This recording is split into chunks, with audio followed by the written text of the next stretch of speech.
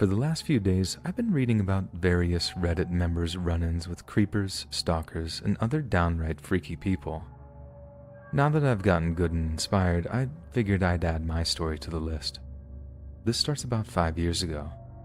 My family, consisting of myself, my brother Alec, and of course my mom, were moving around a lot. At this time, my mom was having a hard time finding a full-time job that paid well. On several occasions, we'd been forced to move out in the middle of the night. This would all change when she got on at a well-known lock manufacturer just a city over. The company even provided her with the money to rent a house near the factory, and things were starting to look up for sure. The move proved to be unremarkable, as was our first few weeks in the new place. Despite being nothing special, it was almost paradise to us kids. The neighborhood was a regular working-class area loaded with other kids and plenty of things to keep us busy. Ever since our dad passed when I was about 10, life had been pretty touch and go. But now it was almost like things used to be, at least for a while. During this time, we all did our usual stuff. Mom worked as much as possible, and Alec and I attended school. Then, we started hearing noises. I was the last to notice them. I think Alec mentioned them once, but I wrote them off as nothing. Mom hadn't bothered to say anything for a few days, but one morning at breakfast, we all heard it together. This one resembled a ring chime on a phone. It only happened twice that morning, one after another. We all three began comparing notes and were relieved to know we weren't the only persons hearing things. We agreed it was probably a bird outside. This was not the only sound we'd been noticing, but for the day, we put them out of our minds and began discussing more important goings-on. Nothing else of note would occur this day, but the idea had been brought up. We'd all be far more tuned in and probably wouldn't hesitate to mention anything new in the future. For the next few weeks, one of us would hear a bump on the floor or a scratching sound. We'd make a mental note of it and go on with what we were doing. On weekend mornings when we were all together, we'd mention the week's experiences. We even searched the house once and discovered a small hole leading into the attic. We figured a little critter was going in and out and making some of the sounds. There were still a few sounds that would have been impossible for a rat or squirrel to make. We thought we may have our answer, but some lingering doubts remained. The real trouble started when the food began disappearing. This part of the story affected me specifically. For as long as I can remember, I've had a problem with my weight. I've learned to control it in the years since, but my childhood was made very difficult because of it. This was made worse by my mom. She'd always been thin and beautiful and couldn't understand why I wasn't. When food began disappearing from the kitchen, she blamed it on me. This incident, in addition to a few others, damaged my relationship with my mom so badly, her and I still don't speak that often. But you aren't here to listen to my problems. You want to hear something scary, and that part comes next. I'd estimate we'd been living at the new house for around 5 months. Mom and I were barely speaking, and the noises were still an ongoing problem. We'd since decided the house was haunted. Almost a month after covering the hole in the attic and another leading into the basement, the sounds continued. What had once been a strange problem had become frustrating. We'd all had our own issues. Alec himself had been having breathing problems akin to chronic bronchitis. He just started his freshman year of high school and was playing in the school band. He had been up and down with his symptoms. On this particular week, he had been doing well enough to go on a trip out of town.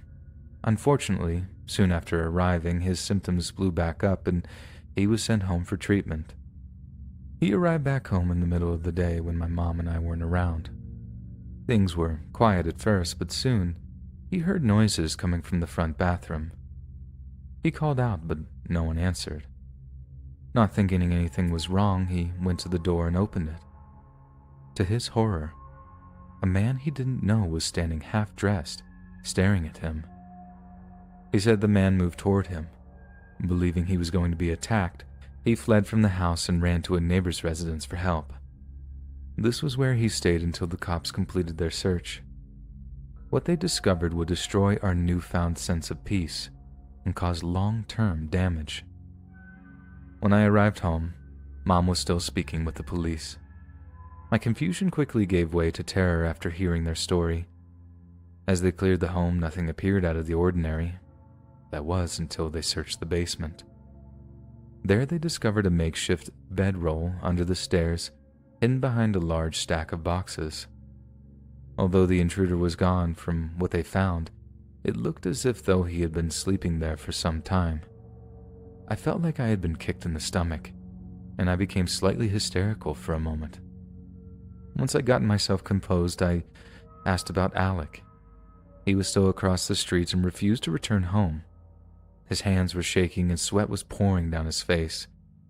A few hours passed and the authorities had all they needed for the time being. We all returned to the house in a vain attempt to move on.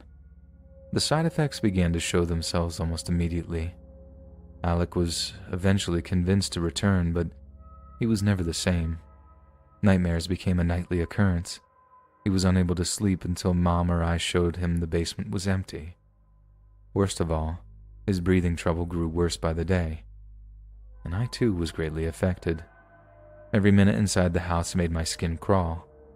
As for Mom, she said nothing, but the strain showed on her face. Her sleep too had obviously been hindered. With no news of an arrest, we were all drowning in fear. We did all we could think of to comfort each other, but it didn't do any good.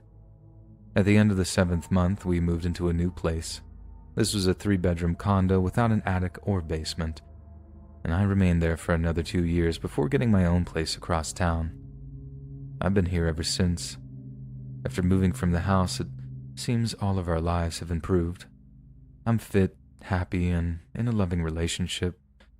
My mom found love with a gentleman from work and they married a year ago. Even poor Alec is doing well. His breathing problems slowly disappeared after the move. Doctors would discover his problems were likely related to the massive amounts of black mold we had been inhaling. After the diagnosis was made, the health department contacted the landlord only to discover the house had been demolished soon after we left. I see this as an admission of guilt. Alec's night terrors gradually lessened with the passage of time, and from what he tells us, he rarely thinks about the incident anymore. I'm not sure he's being totally truthful, but I'm happy to hear it nonetheless. The intruder is still on the loose, as far as I know. He's not even been identified. We'll probably never know the full story. He could have gotten in through an unlocked door or a window. At that point, he could have had a key made for the back door. Our big ring of keys that hung on a hook next to the kitchen wouldn't be hard to find, and from then on, he'd have free reign over the house during the weekdays. He more than likely heard us discuss our plans from his cubby in the basement, and that idea still gives me shivers. He'd be content in knowing when he would come and go safely without fear of being caught. That was until Alec arrived home unexpected. I suppose it's no longer important if he was arrested for his crime. All 3 of us have moved past the experience for the most part. Any long-term effects have dulled with time. A small thing does arise, however. I do wonder if our intruder has moved on to another basement. It's a part of the home most of us spend little to no time in. Perhaps you reading this are one of these people. Can you be so sure no one is lurking undetected below you, listening to your every word and move? Maybe you should go check, just to be sure.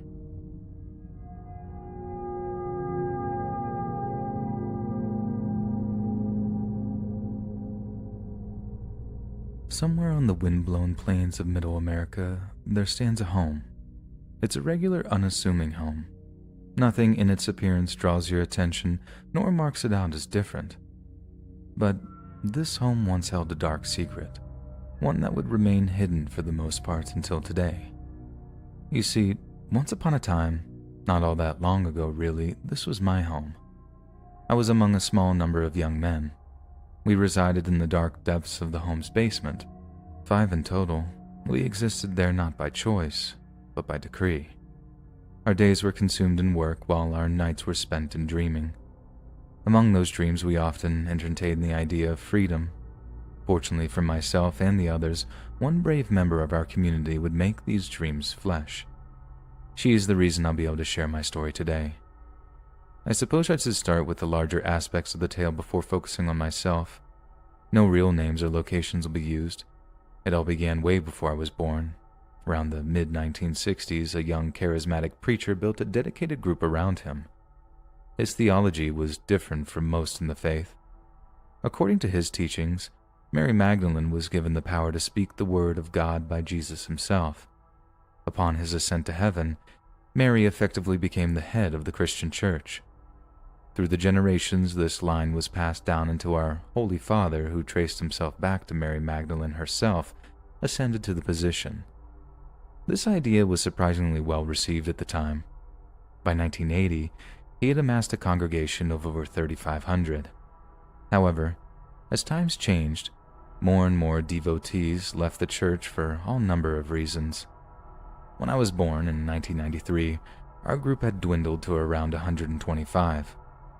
A few years earlier, the church had purchased a small piece of land in the upper area of the Midwest. All the buildings were built by hand by the congregation. Everyone was required to live on this compound, and all labor was evenly divvied among the members. It was very similar to the communes popular in the 1960s and 1970s. I can only assume our church was built around the same model. I'm leaving a lot out, but I hope you get the idea. The community was similar to the agrarian lifestyles of centuries past, and most work was still done by hand in my time. Machines were not shunned. Still, many took pride in doing things on their own, no matter the hardship. This was the type of family I grew up in. Now, I'll take a few moments to better explain what led us to living in a basement. Almost from the start, females enjoyed an exalted position in our faith. They served as apostles and teachers to the young and newer members. Other than our leader himself, no man held any position of power. This was an accepted part and was rarely questioned. A male had to be married to remain in or join the congregation. In later years, our leader put a severe restriction on new marriages. Therefore, the younger males unable to find a partner or simply uninterested in marrying would be forced out soon after reaching the age of 21. Near the end, we became a little more than beasts of burden, strong hands for the field, among other things. The biggest change yet came in 1998. The Holy Father decreed that all males must be sent to live in the youth dorm at the time of puberty. For propriety's sake, the basement was termed the youth dorm, but we all knew it was just a regular old drafty basement. This pronouncement only served to further fracture an already ailing group. Unfortunately for me, my parents were diehards. We remained on the farm along with the last 75 or so devotees. When my time came at 13, I did as I was told and took my place in the basement. Although the adjustment period was difficult, a strong bond soon formed with my fellow prisoners, as I put it. From dawn to dusk, we worked ourselves ragged, our only respite coming on Sundays, in which we spent the mornings in holy services. The remainder of the day was our own. However, those who did not volunteer for additional tasks were required to remain in our quarters. While far more terrible things will be suffered by us during our time there, I'm still unfortunately unable to discuss them. Maybe it's better that they stay buried. Out of nowhere in 2010, an unlikely individual would change everything. Ruth was just another congregant, but by advantage of being born a woman, she held a leadership position in the church. Although not lofty by any means, it held a substantial amount of power nonetheless. Unknown to anyone inside the group at the time, she had been building a large body of information implicating the Holy Father in multiple crimes. On several of her visits into town, she met with law enforcement and their colleagues in the district attorney's office. They were especially interested in the Holy Father's treatment of males in the church. However, he had also been cheating on his taxes. This was the crime he was ultimately in prison for. When the day came that Ruth turned over all her documents to authorities, the church ceased to exist. A judge ruled our treatment to be inhumane and immoral, and we left the basement for the final time later that week. Everything else was handled quietly, behind closed doors, as to prevent embarrassment to the local community. When I was finally able to speak with Ruth face to face, I asked her why. She said the treatment of men within the congregation had always bothered her. Her father's in particular. And just the year prior, she had begun a secret relationship with one of the young men in the dorm. She knew they would likely not be allowed to marry as long as things continued as they did. The final straw was what she discovered while digging. The extent of the Holy Father's corruption sickened her. Her intent had not been to destroy the church, but she eventually realized it was inextricably interwoven with him. I greatly admired her, or any person willing to sacrifice everything for those they love. Fortunately, she had managed to build a respectable and happy life outside the church. My wife and I named our first daughter Ruth as a sign of respect to her. We also hope Ruth's selfless deed will serve as an example to her as she grows into womanhood. I couldn't think of a better woman for her to emulate. To close things out, I want to share the fate of my fellow dorm mates. It seems our horrible experiences haven't had any noticeable long-term side effects. All but one of us are now married, with families. Mark, my closest friend from the church, has been with his partner for some time. They too are discussing a future together. While this story does have many dark aspects, I'd like to end it with a positive message. I know many of us around God's beautiful creation have suffered terrible things. Many of us may still be suffering. Rather than my story being one of sadness, I prefer to view it as one of hope. Make note of this. No matter how dark things may be, hold fast and maintain faith. Better things are always waiting, just around the corner.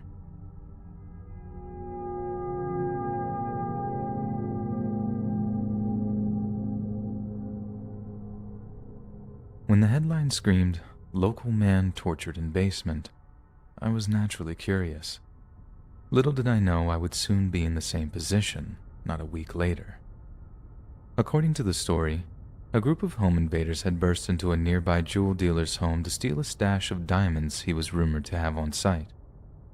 Having caught the dealer unaware, they demanded to know the location of said stash. The dealer, as it would turn out, truthfully told the gang no such jewel stash existed. What he did have was an empty safe in his bedroom closet. This revelation didn't make the group happy.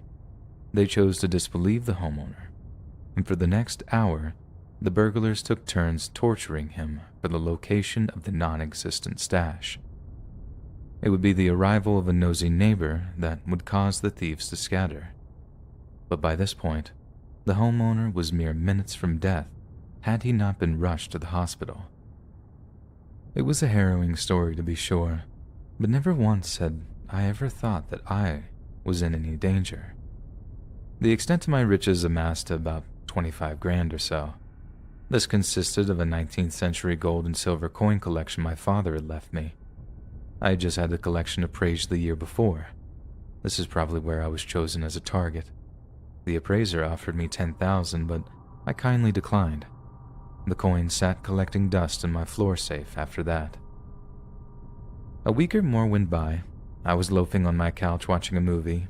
It was about 2 p.m. on a Saturday when a loud crashing sound came from the front door.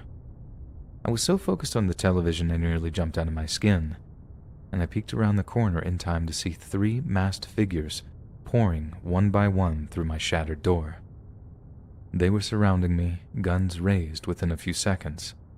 I was told to get on my knees, and naturally I did. My heart was pounding and my mouth bone dry. Instead of shooting me, one of them demanded I give him the combination to my safe. This was the first moment that I realized who I was dealing with. I tried to play dumb. "There's no safe. Why would I have a safe?" I said. I know. My ability to lie is usually better, but I wasn't exactly prepared. The shortest of the group gave me a quick attitude correction with the barrel of his pistol. Still, my pride wouldn't allow me to tell. Actually, my pride and my love for my father, to be honest. I wouldn't be caught dead if I was going to let some thug steal his life's work. Had I been more clear-headed, I would have chosen a wiser path. To their credit, I was given plenty of opportunity to concede, but once they had me tied up, in the basement, they were all business. Even as they tightened the knots and applied the gag, I was convinced that it was all a fear tactic. Surely, after what happened to the jeweler, they wouldn't repeat their mistake. By God, was I wrong. Right out of the gate, my left hand was smashed with a hammer. The pain was unimaginable. My right was next. This was even worse, if that's possible. I was ready to tell anything at this point, but I'd angered them, and I was going to pay for it. My feet were next, then my knees. I was barely conscious now. Only then was I allowed to speak. While one guy was upstairs, the remaining two huddled in the corner, talking. I could imagine my fate was being discussed. I'd never seen their faces. There was no reason to add murder to their list of crimes, I thought. I knew this, but I was convinced that I'd see the morning. The next few hours were hazy. All the adrenaline had since worn off. Pain was coming in waves so severe I passed out more than once. Death would have been preferable, but due to some fortune it never did. I can't tell you when the gang left. I wouldn't have known how long that I'd spent tied up, had not my son told me so later. Yes, my son. His stubbornness would be my savior, just as mine was almost my undoing. After multiple unanswered calls, he began to believe that I was dodging him. The young man drove 45 miles one way just to give me an earful. I thought I was dreaming.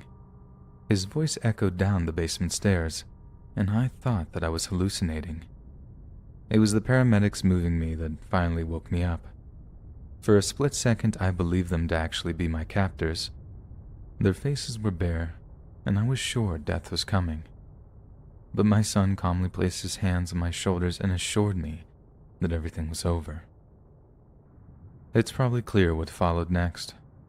My time in the hospital extended a long period of time, with multiple surgeries, and the recovery after that was spent in various casts and a period of time even in a wheelchair. For the most part, I have completely healed. The cold and damp are a chore, but since I moved south, I experience that pain very rarely.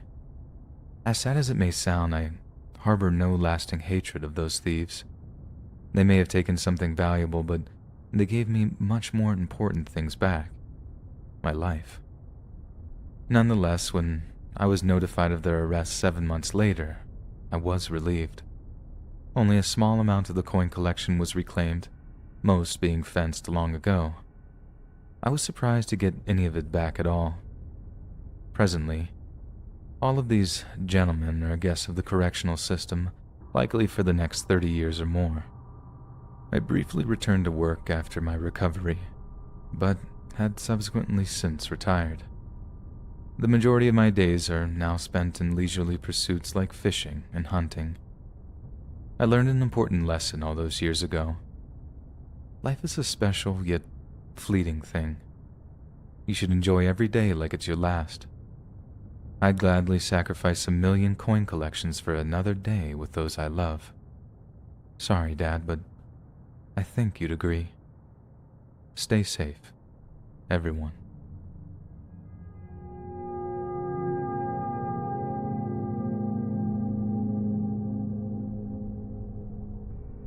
When we were kids, we don't always listen to the adults around us.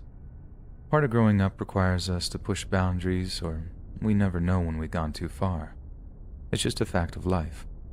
Adults know this and try their best to let us learn on our own. Even then, they won't hesitate to put their foot down in the best interest of our safety. I know this now and did the same to my kids when they were young. However, there was a time you couldn't tell me anything.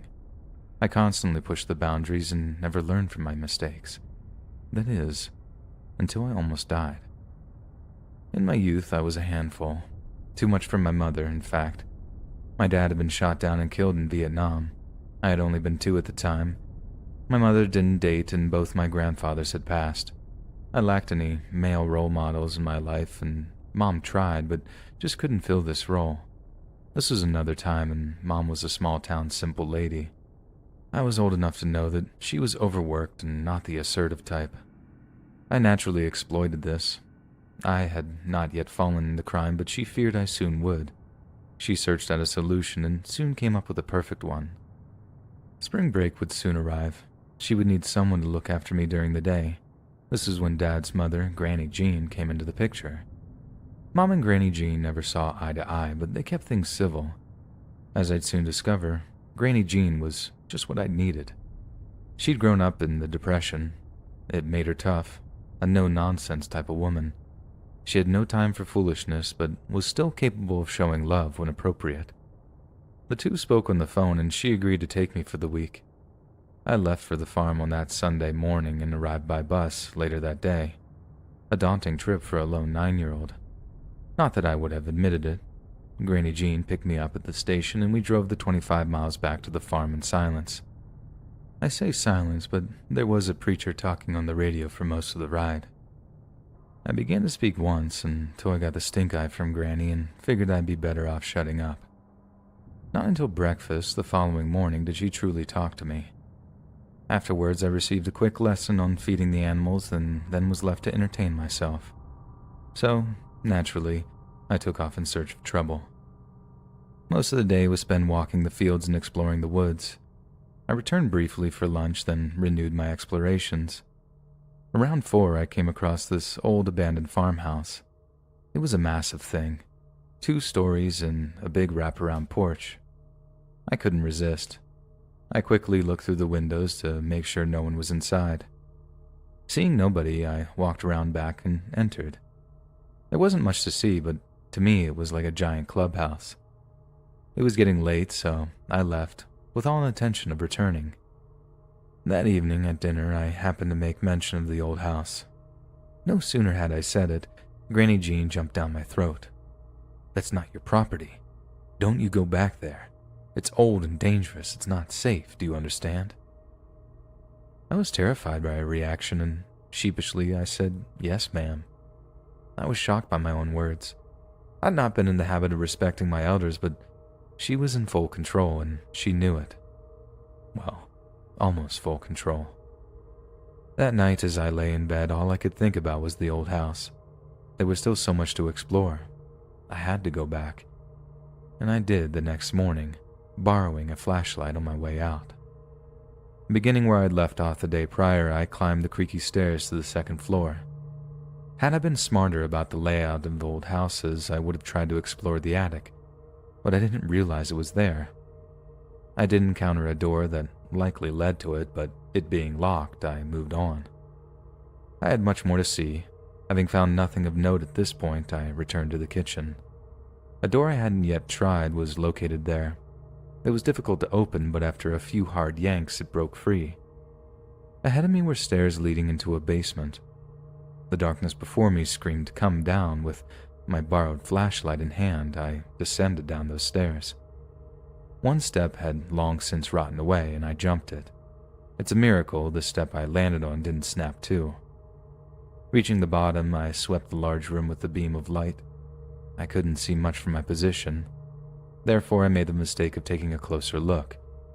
I took 2, maybe 3 steps, and the door above me slammed shut. To this day, I'm not sure what caused it to close. A gust of wind is the most likely guess, but I'm almost positive I closed the back door behind me. I could be wrong.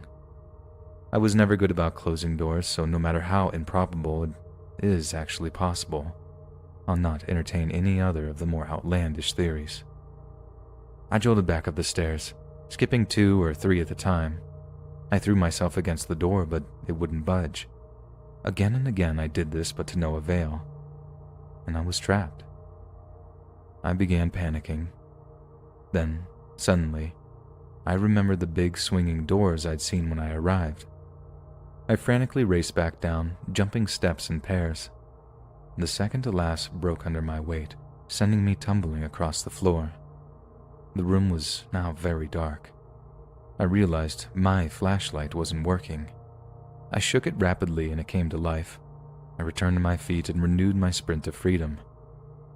The doors were 2 heavy wooden things that opened out.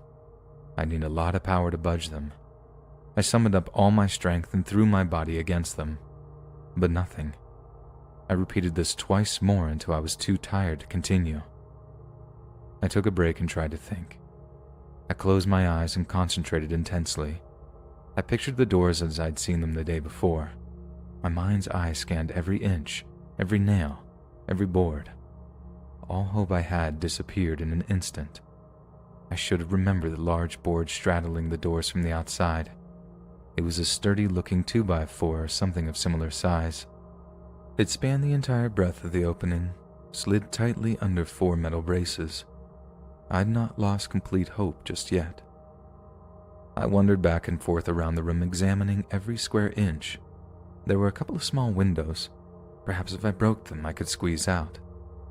A nearby brick was put into use, but it just bounced off the panes. I know now that it was reinforced, storm-proof glass. No matter the amount of foolish optimism or stubbornness I embodied, as the hours passed, my courage began to fail me. Things wouldn't truly begin to suck until night came on. Although the days had been somewhat warm, the nights still dipped below freezing. As the sun set, my prison became colder and colder. Then, just after 11 p.m., the flashlight gave out, and shaking it no longer worked. With no moonlight, it was completely pitch black. Rats began scattering about all around me, and I was now at the lowest point in my young life.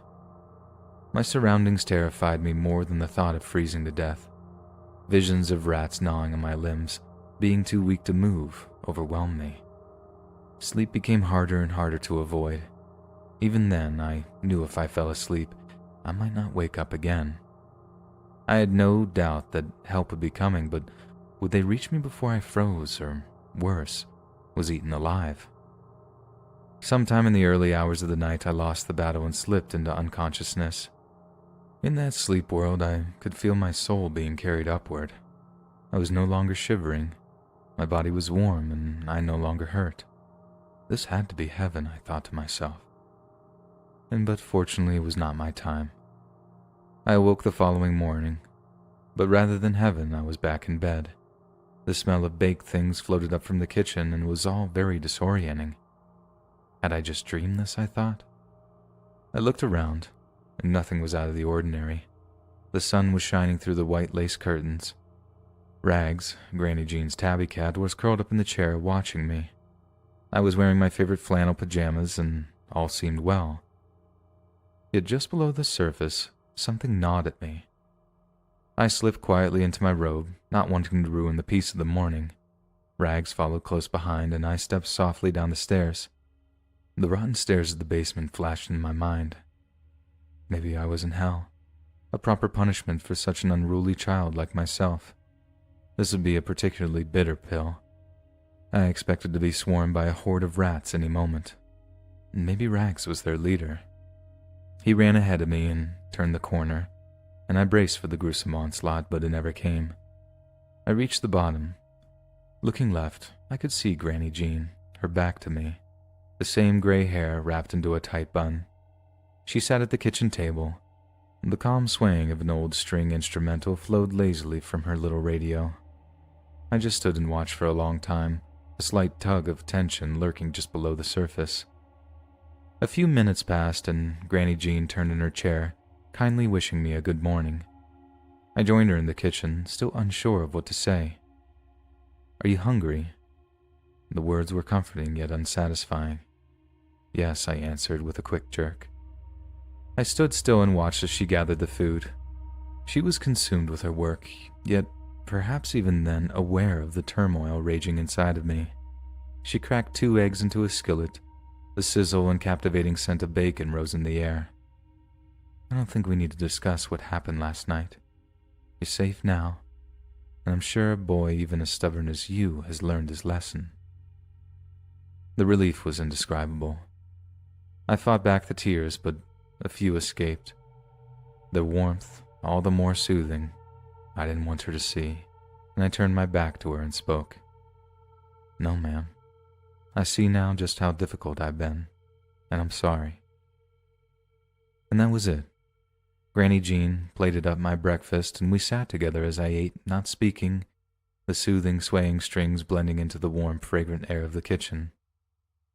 For the remainder of my visit, I stayed pretty close to the farm.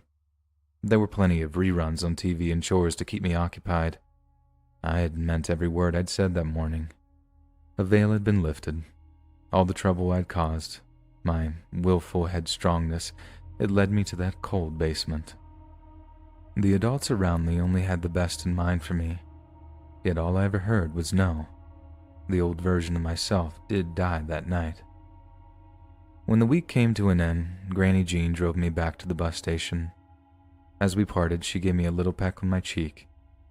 I'd never felt so grateful in my life, and I still hold a very special place in my heart for her. On my way to the bus, I turned back and waved goodbye to her. Had I known it would be the last time I'd see her, I would have thanked her for it all. She'd not just saved my body that dark, cold night. She'd done one better. She'd saved my soul.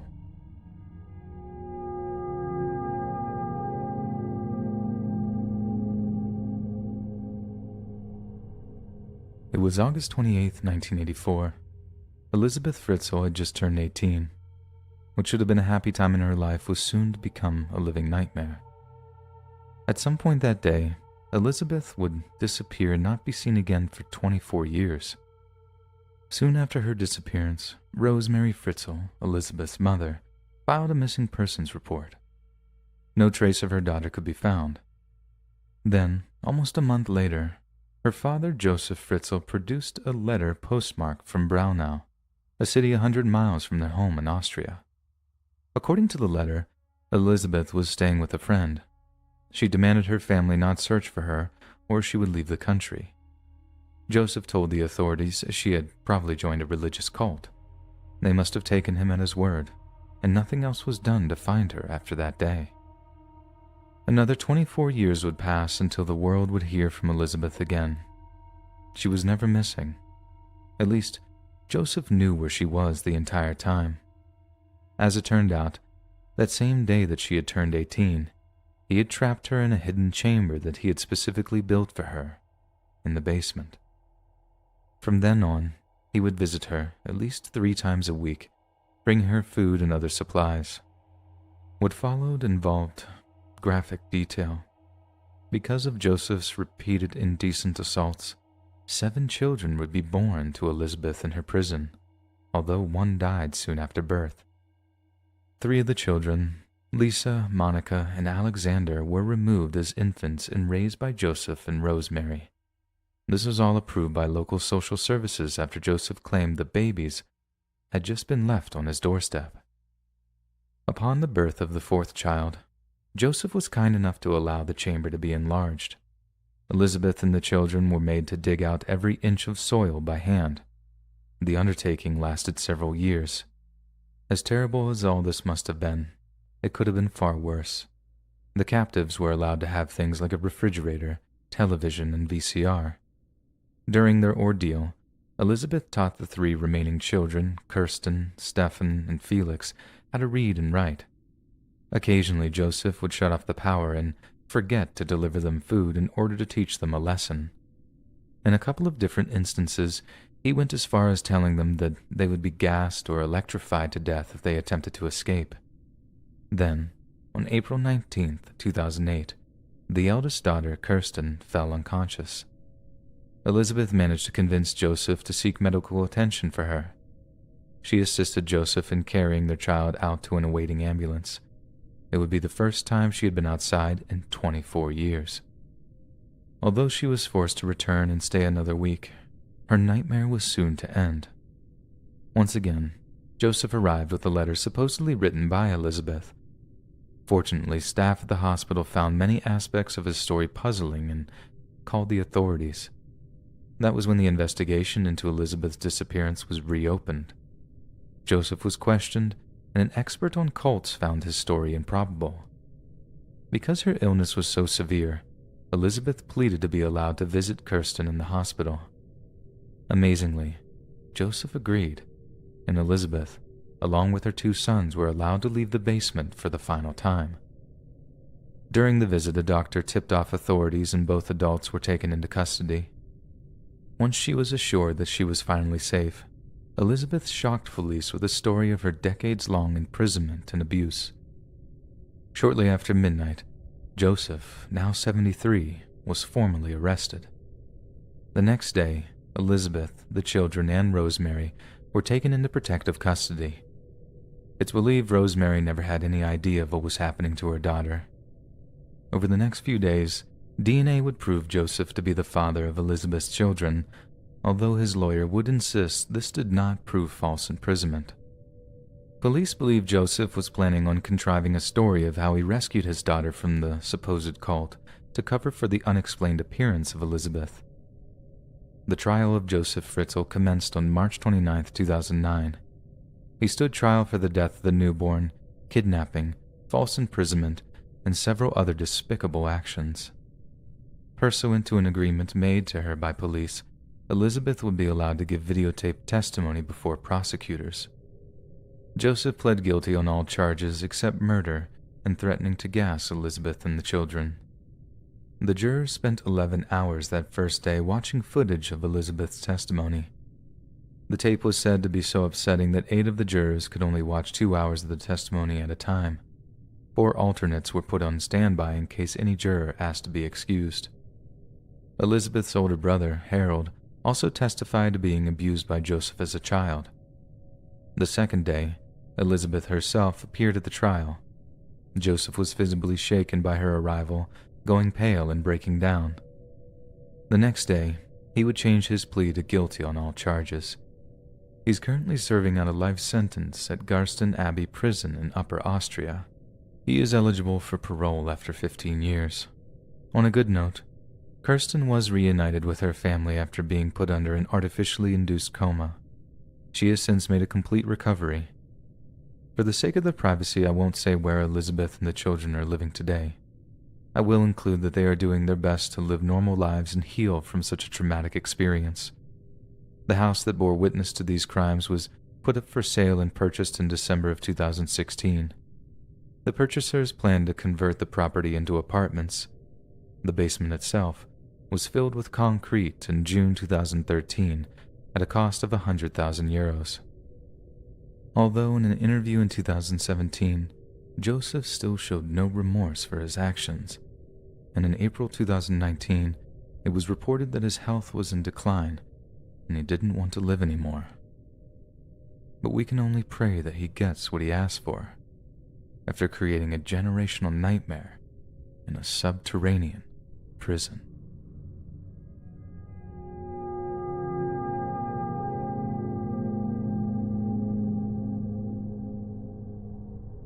Everyone around him knew him as Big Joe, but his parents called him Joseph.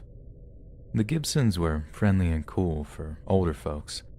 A lot of parents would have been overprotective of a child with Big Joe's disability, but he was allowed to live just like every other kid. I know now that Big Joe had a condition called Down syndrome. As kids, we knew he was different, but we didn't care. If he was picked on, we were usually there to stand up for him. Those kids never spoke a word crosswise about him in our presence again. He was everyone's best friend and never expected anything in return. That's why his disappearance affected us all so much. I don't remember the exact date, but I do know that I was nearing 13. Several of us had met up to play baseball. We knew Big Joe loved playing, and he would be sad if we didn't include him. We went to the Gibsons' house, and when Mr. G told us Joseph had went away, we asked when he'd be back. "I'm sorry, boys. Joseph won't be coming back." He wouldn't say any more, so with a heavy heart, we walked back to the field and tried getting by without our favorite pitcher. Big Joe may have gone away, but he wasn't forgotten. My friends and I would do our darndest to discover the truth, but it seemed nobody had a clue, not even the adults. There were loads of theories, though. The most popular was that Big Joe had become too much to handle for his older parents. We assumed that he'd been sent off somewhere for his own good. It was an unsatisfactory conclusion, but there wasn't much we could do about it. Life went on and time passed quickly. I worked my way through community college and would eventually become a child psychologist. A few of my childhood friends would reach out now and then. The discussion would always get around to Big Joe. The institutional theory was taken as fact by then, and we hoped he was happy and well treated wherever he was. My practice was just beginning to support itself, and I decided to take a short vacation with my family to visit my folks. Our first night was without note. It was the next morning when everything changed. The whole family was sat around the table for breakfast. My dad was talking about a new housing development being built, and that was when he dropped the bomb. "Oh yeah, did you hear about the old Gibson house?" I figured he was talking about being leveled for the new development, and I was only half right. They did demolish it, but during the process they found a body buried in the basement. He said it like it was an everyday occurrence. I began to choke. Something like this demanded an explanation. I'm sorry, son. I assumed you already knew. They were in the process of digging for leftover pipes or wires and exposed a skeleton. All kinds of questions were rushing through my head, all except the most obvious one. Both Gibsons passed long ago. No one had lived in the house for at least 10 years. I asked if they identified the body, and it was obvious that he was about to make a guess. Come on, boy.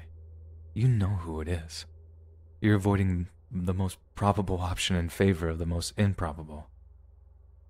This is one of his favorite sayings. He'd throw it at me whenever he thought I was being dense. I fought for a moment, but nothing came to me.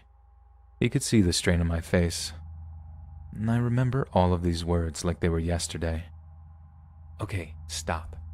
Take a few breaths, close your eyes, and it will pop out in front of you. My old man knew me well. I did as he suggested and calmed my mind.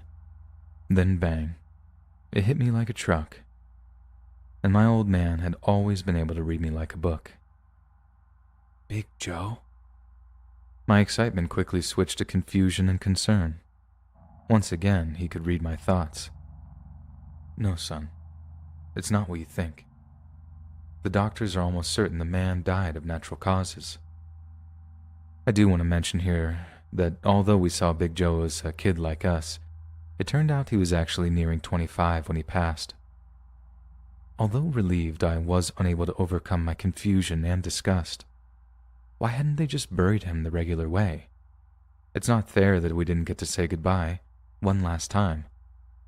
I wanted answers, but asking Dad would have been pointless.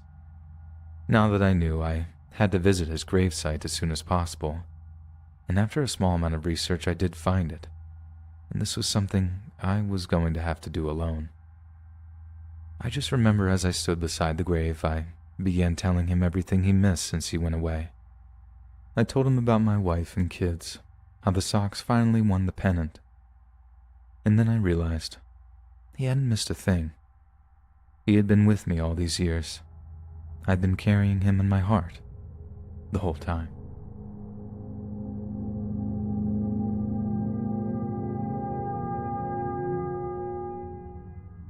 It wasn't until I reached my 30s that I realized the mistake we'd made.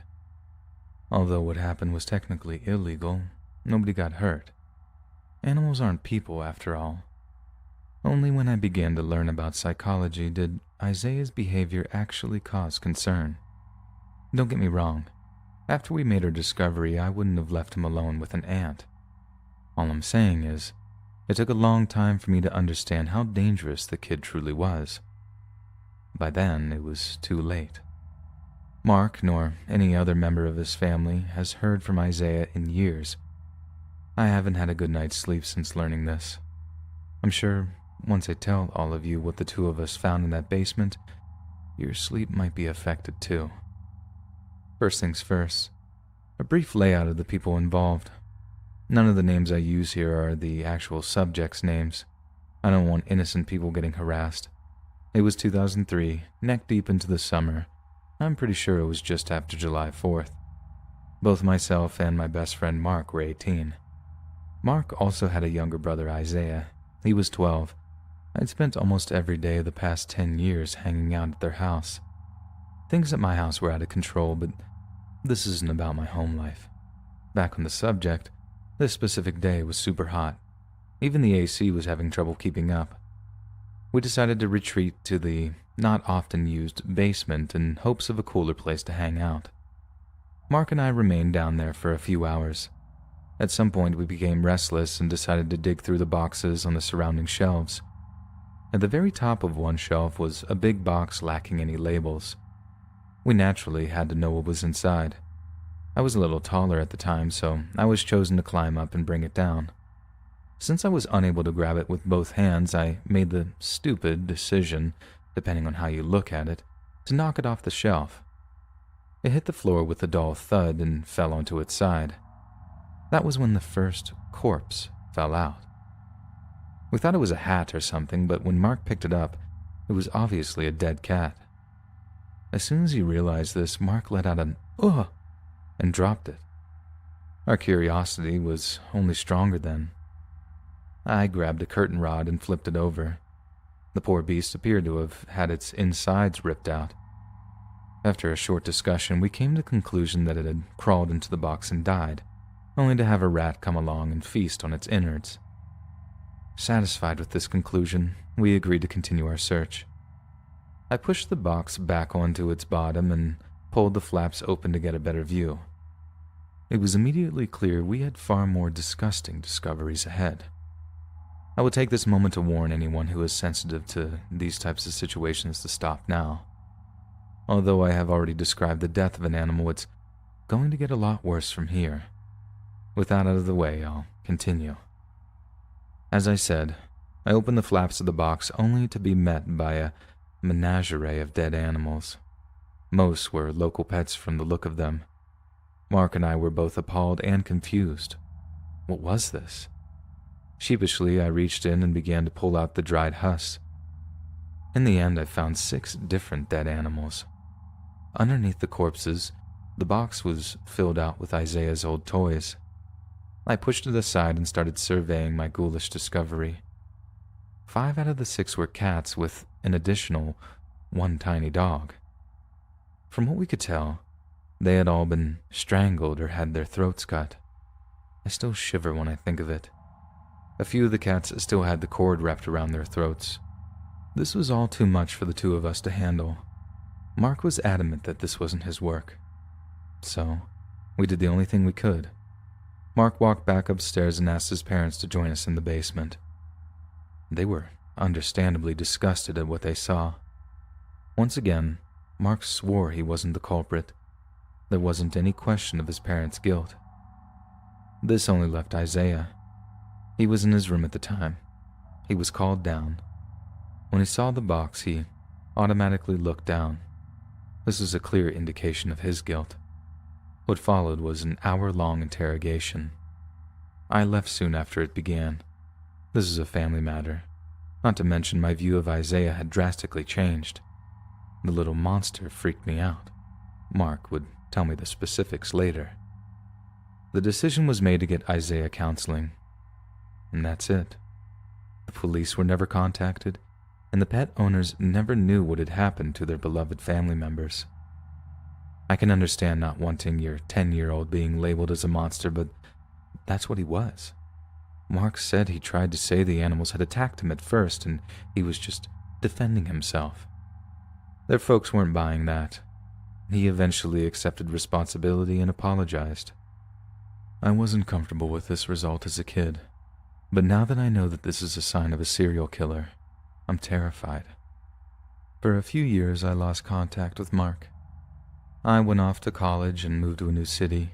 I began searching for him soon after. They had moved to a new city not long after I had. It was a fresh start, as he put it. Apparently, Isaiah had stopped attending counseling within months of starting. He began acting out, and residents started asking questions. I knew none of this, of course. When I did track Mark down, I would be updated on everything. Our reunion soon fell under a cloud when Isaiah came up. I could tell by his tone, Mark was worried. In subsequent calls, he admitted he was scared of his brother. Although he was relieved to have lost contact with him, he feared for those around him. As I write this, no one has had contact with Isaiah in over 7 years.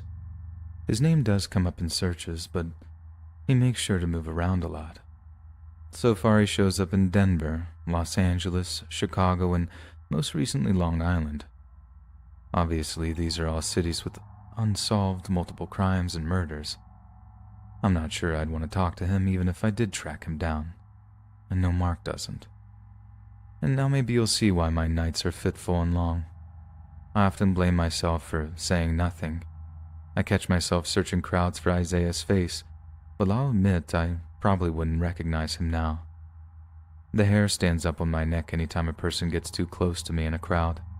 My fears may be unfounded, why would he come after me all these years later? Stupid as it sounds, I still feel terrified thinking about him. Somewhere in the world, maybe in a city just like yours, a real-life monster stalks the streets. Am I his next target? Is he reading this right now? Even as I pray for everyone's safety, something tells me someone won't live to see tomorrow.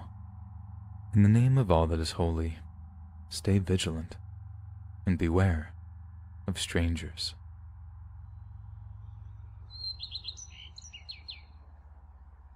Hey friends, thanks for listening.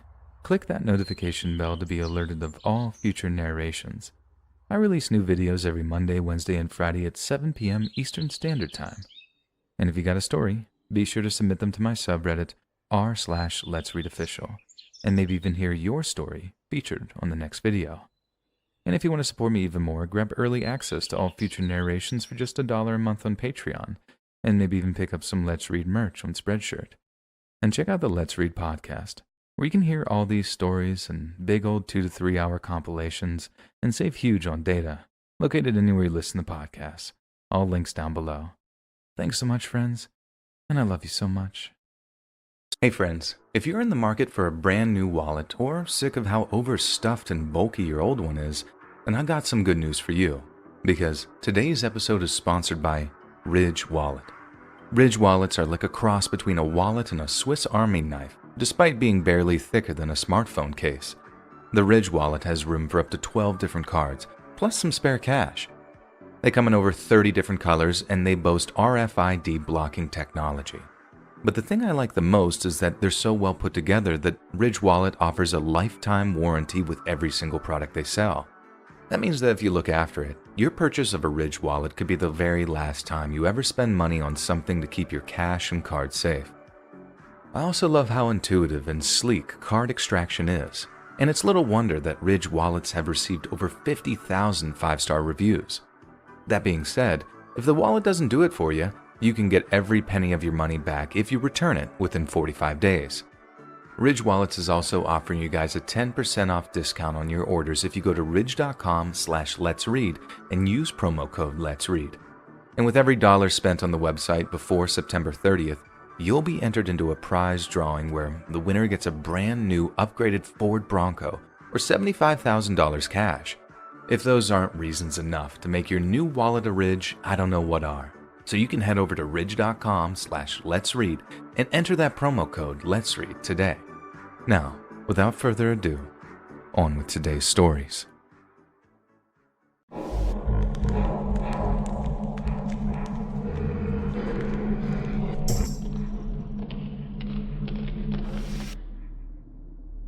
I'll cut to the chase.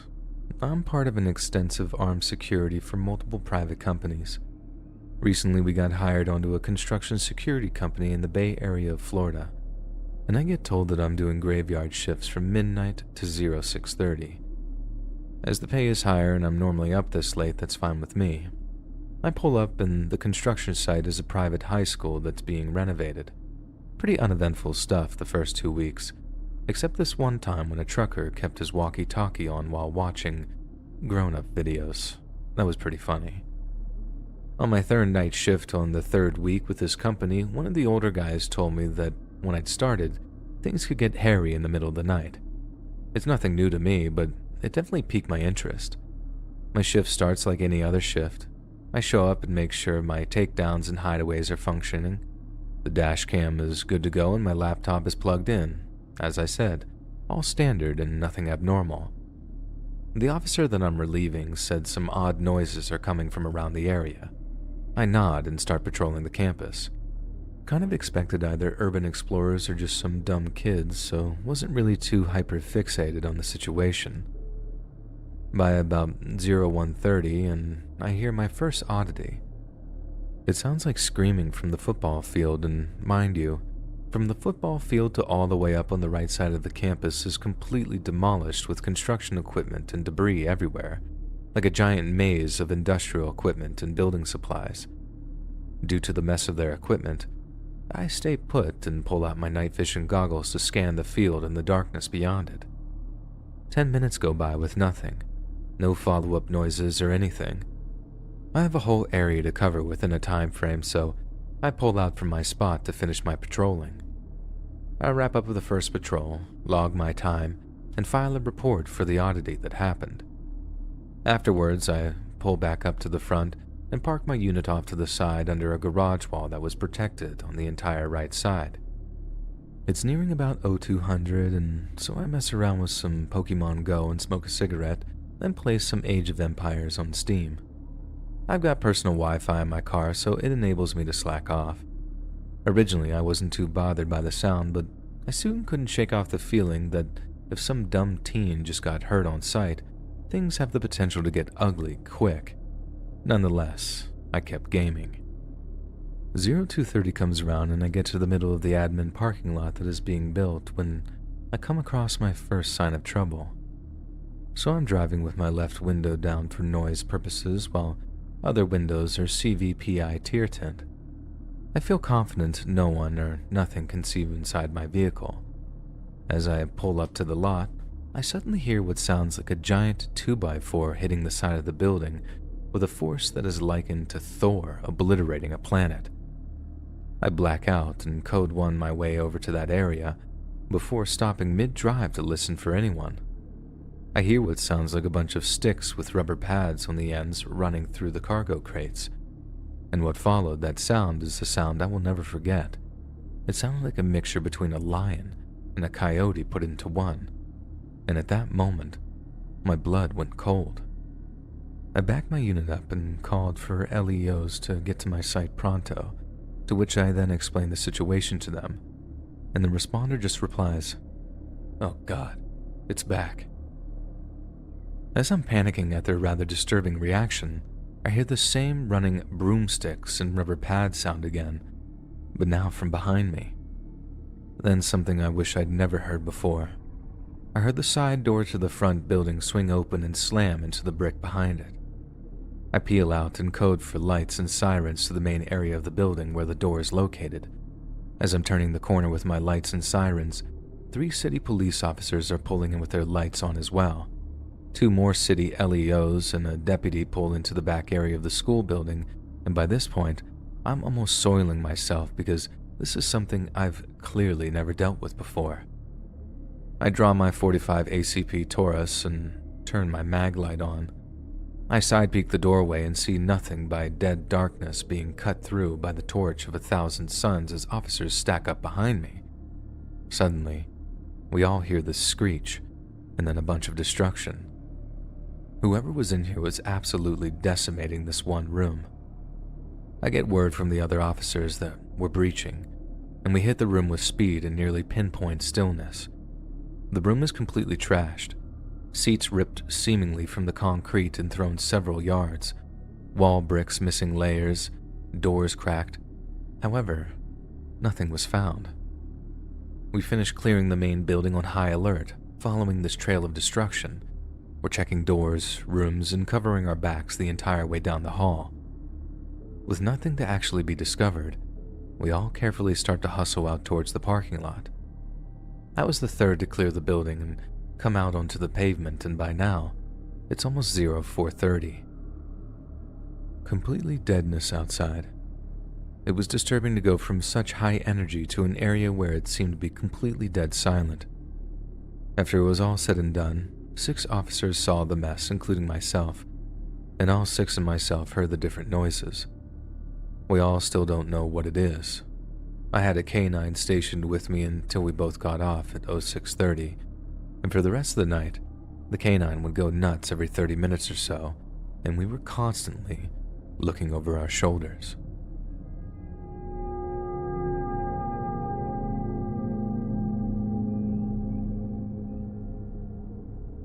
Alright boys, it's my first time posting here and I don't know how to green text. This happened in Ulaanbaatar, the capital city of Mongolia. It was 2015 and we were 12th graders going on a fall break from school. We decided to go hiking in the Khanbag Mountain, which is a protected area, but people are permitted to go hiking on a small designated hiking trail. It was a rather popular site too. It was our autumn break, so me and 2 friends just wanted to hang out and exercise a bit, and it was that really comfortable autumn weather too. A cloudy, kind of gloomy day, but not too cold and with little wind. There's a flat campsite with a couple of sunshades where people can rest and play around near the top. The hike there normally takes around an hour and a half to get there, which is where we decided to go. We brought food to eat and snuck in some alcohol because why not? Being a senior in high school does that to you, you know. Just stopped caring because we were finished and we thought we knew it all. So around halfway through the hike, I saw what looked like an apartment building, about 5 or 6 stories tall, orange-colored, with its top floor windows reflecting light and all, just a normal building. I could only see the top bit above the tree line because tall pine trees are predominant here. The problem is that we have hiked there many times before and since and never came across such a thing. I was surprised and told one of my friends, and sure enough, he could see it too, and described exactly what I saw. The third friend was behind us, so a few minutes had passed and the building went out of sight. We waited for a bit, and when he caught up, we asked him, "Did you see that building? Strange, isn't it?" He just replied, "No, what are you guys talking about?" Me and my friend just thought maybe he didn't notice it, and we continued onward until we arrived at the campsite about 30 minutes later. There were a bunch of people shouting and playing and having fun. As I said before, this place is popular on weekends. We wanted to get far from all the noise, so we camped far out in some pretty thick woods with a little clearing and a felled tree so we could sit. We unpacked our stuff and started relaxing and smoking cigarettes. I took a picture of the clearing that we camped at, but getting a picture of the apartment building never crossed my mind until now. I know, the mind works in a weird, if not frustrating way. Later on, I decided to take a bathroom break due to all the water and coffee I sipped on the way. And of course, the guys decided to do the same. We turned our backs from each other and spread out a few meters away. Our little potty circle allowed us to see all around us. I was just staring at a bunch of trees when suddenly the third friend who didn't see the building earlier just whispers loudly for us to shut up. We stopped making noise to figure out what was going on, and then a bunch of branches started crackling and breaking far away, and we heard a loud thud. I was of course still in the midst of taking a leak, so I didn't turn to face the direction of that sound. Then my two friends started talking. "Oh my God, did you see that?" The other, "Yeah. Wait, what was that thing?" I quickly finished my business and asked them what was happening. They said that some sort of black thing just dropped from a tall tree in an instant. They said that thing must have been bigger than a fully grown horse. They further detailed the thing, saying it was hairy and the thing ran four-legged into the woods, disappearing almost instantly. We estimated it was about 30 to 40 meters away, but weren't really sure of that since there were a couple of trees blocking full sight. I didn't see anything obviously, but I did hear the noise. The next 30 minutes we finished our food and beers, during which we talked about what it was and joked around. Maybe the Almas must have smelled our cans of fish and grew interested. Almas in Mongolian is like the Bigfoot of America or the Yeti of Tibet. Big, furry, ape-like creature with intelligence and cunning. A lot of tales and traditional folklore. So we decided to go back down, of which there's two options. Go straight ahead, climb up some rocks and follow a trail into more woods, or head back. And considering what we just experienced, we obviously chose the latter, safer option. While on the hike back, we talked about that thing non-stop, and me and another friend thought that it might have had something to do with the weird apartment building on the way up here. Finally, after another hour or so, we went down and into the city and headed home. Now, I've hiked there dozens of times since, but never came across anything like that again. I've even used Google Earth to I Spy for anything remotely built with concrete, but again, nothing came up. Logically, something that deep in the woods is impossible. A 6-story apartment building, water pipes and infrastructure built next to massive trees and in the mountains. I guess crazier things have happened, but it was just nice to get this off my chest.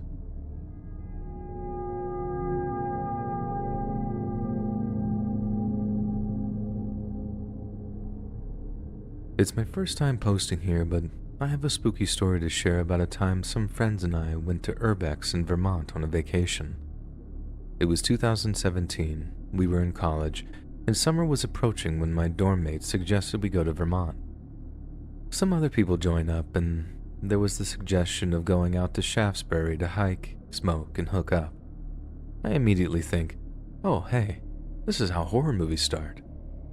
We headed out there and started bumming around the state park, but nothing good really happened. We proceeded into town, which had very little going on outside the dinky motel we rented. Trying to find something to do, we talked with the clerk and let him know that we are sightseeing. He brought up Glastonbury, which was east of town and deep in the forest. He called it a modern ghost town, and with that being established, my roommate's friend immediately says we're going. Next morning, we all wake up at the crack of dawn and head towards the forest of Glastonbury. On the way to the trail, a friend on his phone says that this area is in the Bennington Triangle, and that it was apparently well known for a series of disappearances in the area. We all laugh, but honestly we got a bit worked up. Why would the clerk suggest tourists go to such a controversial area? We approached a trailhead near where the village was, park, and talk with some other hikers that were nearby. They all laugh and say that they've never seen a ghost town in the woods, or even the foundations supposedly left behind, so either they just haven't explored deep enough or we're being set up for something. And like any college students in a horror movie, we decide to hike anyways. We all head out, following the map that we'd printed out at a motel from some website, following the Glastonbury Loop as my roommate's one friend is using her phone as GPS as we hike. The hike itself sucks. It's all uphill somehow in the Glastonbury wilderness, but we think to ourselves, how bad can it be? We're near a college town.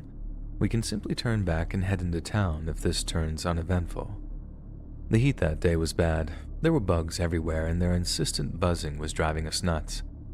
After like 4 hours or so, we discovered this little abandoned cabin that was rotting in the woods. It was small, with only one room, a rusted-out stove, and some broken glass everywhere. Seeing as it was the only event to actually spark interest with us, we break inside where we find a bunch of bones scattered across the floor. One of my roommate's friends mentions that it was probably from coyotes or bobcats. Now that we have the idea of a bobcat nearby, we're all a little spooked as we go back to following the trail. We approach a sign in the middle of the woods, one of those national park ones that say, "You are here," and we decide to take the detour from the map that we had and start following a river further uphill. The hike takes another hour until we reach the Forks, which is the outskirts of the town.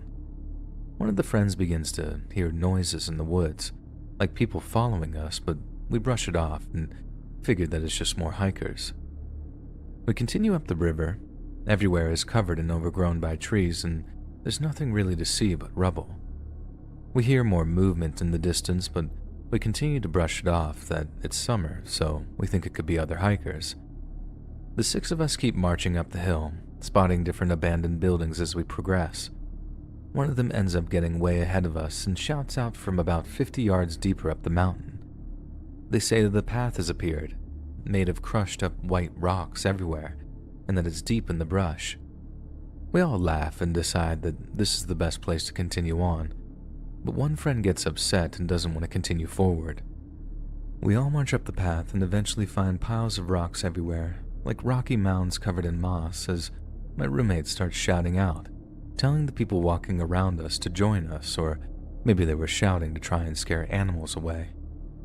The upset friend from earlier suddenly outright refuses to continue, and so we all agree to head back as the adventure was losing its thrill, and we begin our trek back. That's when things got weird. As we head back toward the ghost town, the path we follow continues and we never find the town. We begin to wonder if we missed a turn that would have brought us back to familiar areas, and as the hike back continues on, we start to get worried as it's now around 3 p.m. It would take a few more hours to get back to the car, meaning we are now racing against sundown. We trek deeper and deeper, but we realize now that we're lost. No one can find the river near the ghost town that we specifically followed uphill. Another hour of hiking goes by and the sun is starting to get low through the trees. A few friends start yelling for help, hoping that all those walking noises that we were hearing are people who can help. The upset friend is getting angry now and running off ahead to figure out if we're done for or not. Their words. She vanishes for about half an hour, and we're really worried now, and of course, some idiot brings up the Blair Witch myth. Almost instantly, like magic, we hear the missing friend yell that she found something. We follow her voice and find an old 3-story house surrounded by dead trees, causing us all to quite literally lose our minds. She mentions that she hadn't been inside and the door is locked. But now, the trees have consumed a lot of sunlight, so there's barely any more hiking that could be done. We look around one last time, and despite the ghost town somehow being completely consumed by the forest, this random house is completely intact. Still weathered down, but in okay condition. Even the windows aren't broken. There's a debate on whether to go into the house, and I vote yes in case there's an old phone or a map. Roommate is understandably very against the idea, but the vote goes 4-2, so we work our way in by managing to get the back door of the house open. The two who were against remain outside. Once inside, we realize we're in a kitchen as there's a huge fireplace with a blackened hearth. We hear a giant crash in the distance, like a tree limb falling, and we call out to my roommate and the other friend who stayed outside. They rush inside, stating that the walking we heard earlier was really close now. Taking no chances, we do a quick search through the house, and of course there's no phone and nothing that resembles a map. Suddenly, one of the friends that were against entering the house shouts that he got a signal. It lasted just long enough for him to find our location on Google and screenshot the map, and that's when we discovered that if we head west towards the setting sun, that there would be a highway there. We instantly leave the house and head off towards the sunlight. Hours go by, and eventually we happen upon some actual other hikers, not just footsteps this time. We learn that we're rather close to Manchester Center, a town about 20 miles north of where we were parked. The couple who found us gives us water, as some other hikers volunteer to take us back to our SUV. The entire time we couldn't stop thanking them. And who knew I would have fallen in love with seeing our dumb little SUV again? We immediately drove back to Albany, and everyone was quiet on the ride back, rather napping or trying to process how close we were to possibly losing our lives. It eventually became a good party story about the time we got lost in the woods and found the Blair Witch House, and how we got out before we found one of us standing in the corner. However, jokes and story aside, to this day, I'm not sure what happened. I've seen YouTube videos of people going to the ghost town, but the house we went into is never talked about. And I'm not sure if it was a witch's house or someone's hunting cabin. Was it simply all just one giant coincidence? Or was there something deeper at work here that didn't want us to investigate any further into the house? Either way, I have no interest in going back.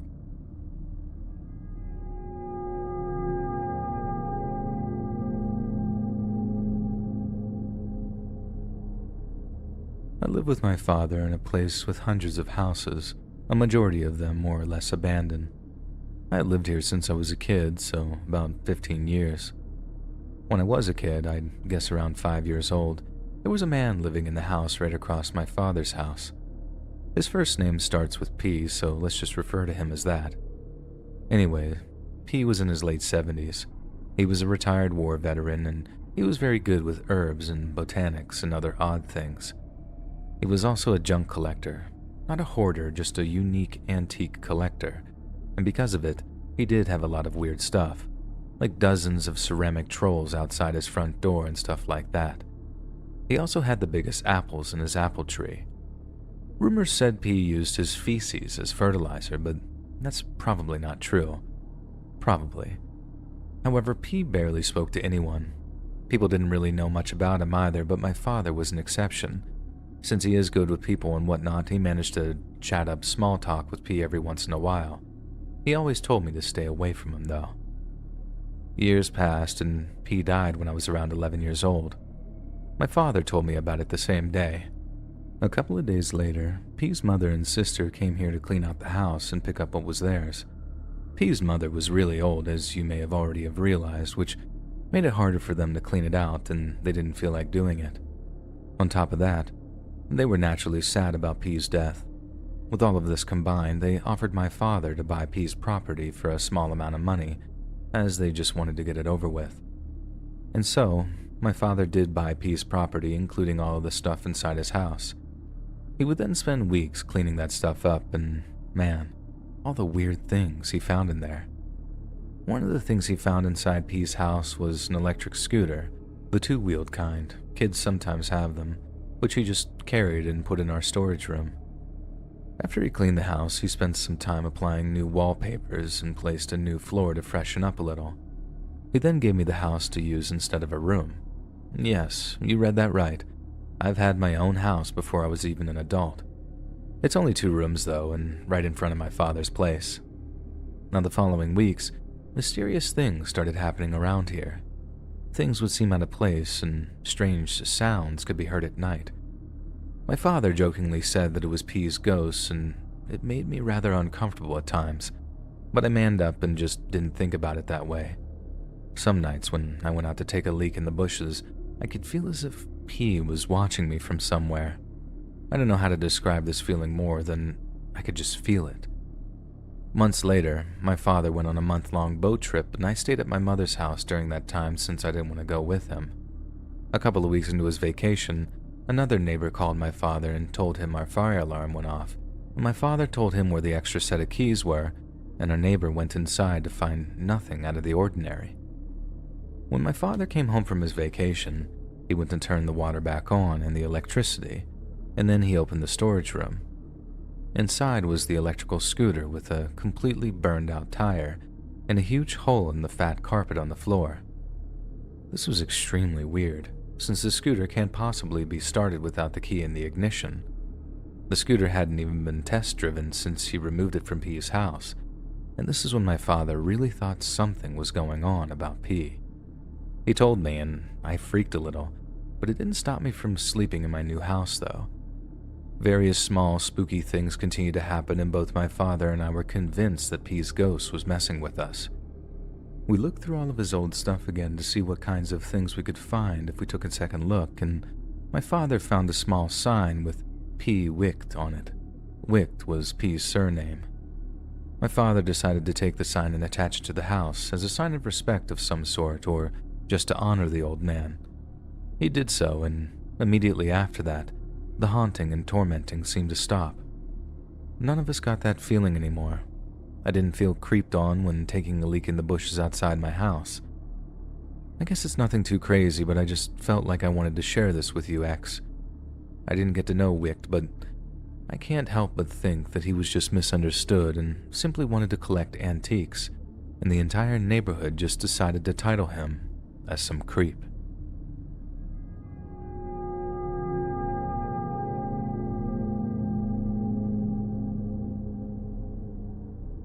I've been a long-time lurker on this board, and I figured that I would post some of my unsettling, if not just outright strange experiences from my childhood. It was 2009-ish, and I was living in an old duplex with my mom's girlfriend, who we'll call Kim, and Kim's daughter, who we'll call Talia. The house itself was built in 1947, so it's seen its fair amount of families come and go. We were friends with our neighbors, a single mom with 2 sons who were around my age. When we first moved in, there were these small pouches of scented herbs hanging from all the windows. My moms tell me to not move them when I reach for them, but I eventually take down the herbs that were hanging in my room. I mean, it was my room, I didn't want them in there. So we find pennies in almost every corner of the house. Just 4 pennies per corner, all heads up and arranged in a square. And they were placed in every reachable corner of all the rooms. Again, Mom tells me not to touch them, and again, I pretty quickly pick up the ones in my room.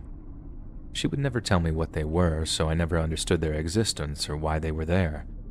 The house also had a wildly overgrown backyard. The yard itself was tiny, maybe only 30 by 15 feet, but it had tons of colorful plants that were completely untended to.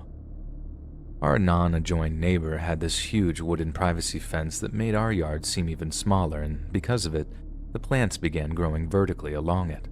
Quite beautiful, if I'm being honest, like a wall of flora.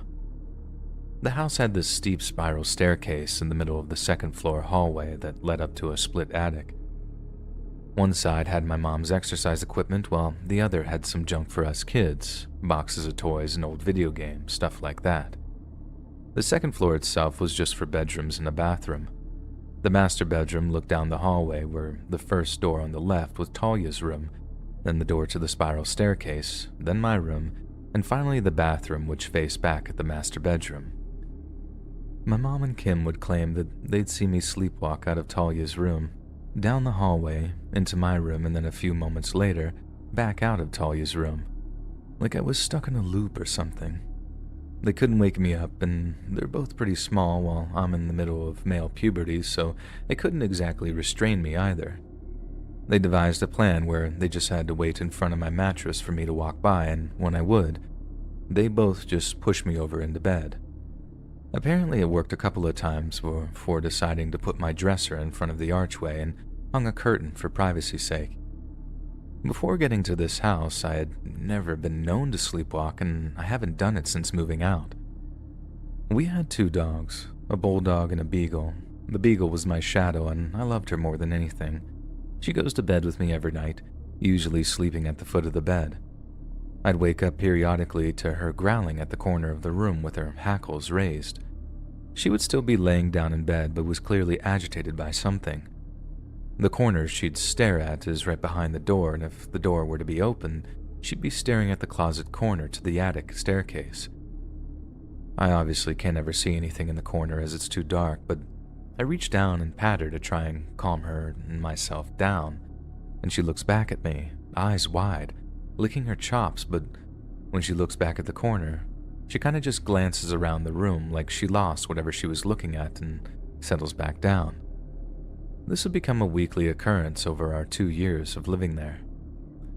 I would sometimes wake up from naps or in the middle of the night to the sound of my name being whispered really loudly, similar to a stage whisper. It didn't sound like my mom or Kim or anyone in the house. The voice was usually masculine, but the oldest guy in the building was only a couple of years older than me. Besides, my bed was against the outside wall, not the one we shared with the neighbors, so it wasn't coming from my neighboring rooms. So one night, I'm up way past my bedtime playing Pokemon on my DS. I always played with the sound off, and I still do, but I was feeling goofy, so I took the volume slider on the side of the DS and cranked it up, and back down a couple of times, making the music play for a second then stop, then play for a second then stop. I did this once or twice before realizing that blasting Pokemon music was a surefire way to get busted for staying up late. A few moments go by. I'm battling a gym leader or something, and I distinctly hear the music come in and out again. I didn't touch the volume slider as my finger was actually on it, forcing it to remain off. It didn't sound like the actual game's audio either, but more like someone had recorded the exact sound that came from my DS and played it back to me. Feeling confused and scared, I just shut the DS down and fell asleep, hugging my dog. So about the attic, I always had a sinking feeling when climbing the steps that led to the attic. I would normally try to ignore it so I didn't come off like a coward in front of everyone. I would occasionally go up there to play a game or something with Talia, but no matter how confident I acted, I always had the most horrific feeling of being watched the entire time. Even being with an entire family wouldn't make the feeling go away. One day, Talia and I built a small box fort in the attic. Again, I wouldn't tell anyone that I was afraid of the attic. Teenage masculinity, I guess. Talia ended up leaving something in the box fort and wanted it back, and after pestering her, she drops the bombshell that she doesn't want to go up there by herself because the attic scares her. I remember wanting to tell her that I agree, that the attic feels almost evil in a sense, but instead, I go up to grab it. Without missing a beat, the feeling of dread returns the moment I'm on the first step, and only grows worse as I climb up and get to the attic proper. I get to the fort and try to reach into the box to grab her toy, but my arms aren't long enough, so I get on my stomach and crawl through. For some reason, the second I got inside, the feeling of dread amps up to 11, and still to this day, I never felt this again. All the hair on my body stood on end and my eyes started watering, and I felt myself entering that survival panic mode. I snatched the toy and ripped myself out of the box, splitting it open in the process, but I didn't even care anymore, because I swear I saw something duck out of my vision as I ran out of there. We spent one whole winter all just sleeping in the downstairs living room. We have a huge sectional couch, and they would blow up an air mattress right next to it, so it was like one giant bed. I thought it was just fun, like camping out in the living room. It wasn't until much later that my mom would tell me that both her and Kim were terrified of the house and just wanted us all together at night. She told me that the pennies and pouches were to ward off spirits, and so that would explain why I was getting affected the most. I was the only one who destroyed and interrupted the wards in my room. Anyway, that's about it for my experience in the house. Kim also claimed to have seen a woman in gardening clothes in the backyard from the upstairs bathroom and ran down to see who was in the yard, only for no one to be there. She also claimed to have had a hand come out of a cabinet and grab her leg while she was putting dishes away, and it only let go when she screamed at it. She said that she would often smell onions, like a man's body odor. Click the join button to become a member today for exclusive content. I've been wondering how to put this down since this afternoon and decided all the information would need to be listed. I'm sorry if there's any unnecessary rambling, but I want any readers to have as full a picture as possible. I'm open-minded and not easily freaked out, but since yesterday, I've had 4 experiences that I just can't seem to explain. At approximately 9:15 a.m. yesterday, I was in my car, in my driveway, loading my mobile studio ready to go do a shoot. I'm a freelance photographer. My neighbor, who lives across the street from me, reversed his car into the road, rolled down his window, and called to me. "Hey, how are you?" I replied, "I'm good, mate." To which he gave me a thumbs up and drove away. I returned to my home, lifted another bag of equipment, returned to my car, and put it in the back door. It took maybe a maximum of 30 seconds to get this bag and return to the car. As I did so, I looked across the road to see my neighbor repeating the exact same maneuver as before. He reversed his car into the road, rolled down his window, and even gave me the same greeting of, "Hey, how are you?" I replied exactly as before, which he, again, gave me a thumbs up and drove away. It never crossed my mind to say that I heard him earlier and that I even replied to him, and overall felt the situation to be quite surreal. The morning went by and I finished the shoot and was home by 1 p.m. My wife was out, so I made coffee and went to the computer room to have a look at the photographs that I'd taken. I placed the mini SD card in the card reader and waited till the RAW files had loaded onto my computer. A quick glance over the files already led me to affirm that 6 or 7 of them needed to be deleted due to wrong exposure, and so I duly deleted them. At that moment, my wife came in and I greeted her with, "Hey, how was your morning?" She replied, "Okay, yours?" And then asked if I could make her a coffee and leave it on the kitchen table. She began to put her shopping away and I came back to the computer only to see the files still showing on the card. Not wanting to risk losing them, I decided to get the USB cable and link the camera directly to the computer. I then downloaded the photographs to a directory called Work in Progress. My workflow is obviously really important to me. Now things started to get really weird. As I'm sitting at the computer, my wife comes in the front door and greets me. "Hey, I didn't expect to see you so soon. You could have picked me up with these heavy bags if I'd known." I said yeah, sorry, and told her that her coffee was on the table, to which she said, "Oh, awesome. You know me so well." But then, her coffee wasn't there. She came over and teased me for hyping up the coffee, and I just sat there dumbfounded. I didn't drink the coffee. I don't even like coffee. She noticed how disturbing and perplexed I was, and so a discussion followed that led me to believe that either I'm needing some medication, or time is repeating itself. I know, it's ridiculous, and even saying that line makes me cringe, but my wife explained that she had only come in once and laughingly suggested that I was working way too hard. Example 3. I've had a bad head cold for a few days and I'm not sleeping too well. At 3:20 a.m. this morning, I got up to use the toilet, making sure to keep as quiet as possible as my son starts work early and wakes up at 4:15 a.m.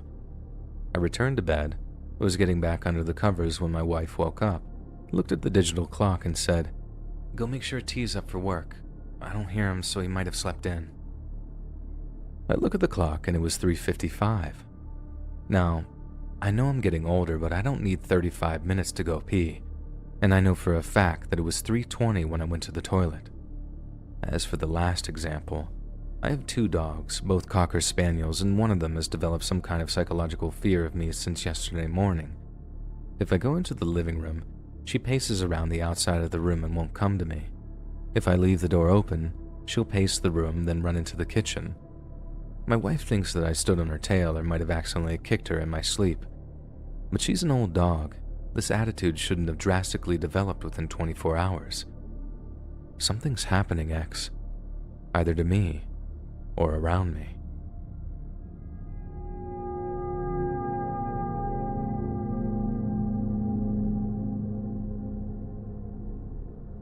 I've experienced my own reality glitch, or I guess you could call it a time warp. Several years ago, I was visiting my parents who live over an hour and a half away from me. The time was 9:12 p.m. when I'd started the car and proceeded to go home. I had a very strange feeling as I passed under an overpass that was about 10 minutes away from my parents. I remember listening to the radio and everything felt very still.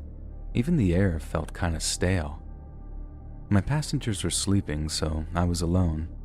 I remember that the streetlights along the freeway were passing so fast. I know that I'm not speeding because of having seen several police officers on the trip there, so I was extra careful about my driving. All of a sudden, I was pulling down my driveway and the time was only 9:28. I called my mom and dad from my home phone to let them know that we made it home safe. It's a family thing, worrying. My dad answered the phone and was completely shocked that I was home. He thought it was some kind of joke. My normal 90-minute trip somehow turned into a 16-minute trip, and he and I still talk about it, and I wish I could explain it.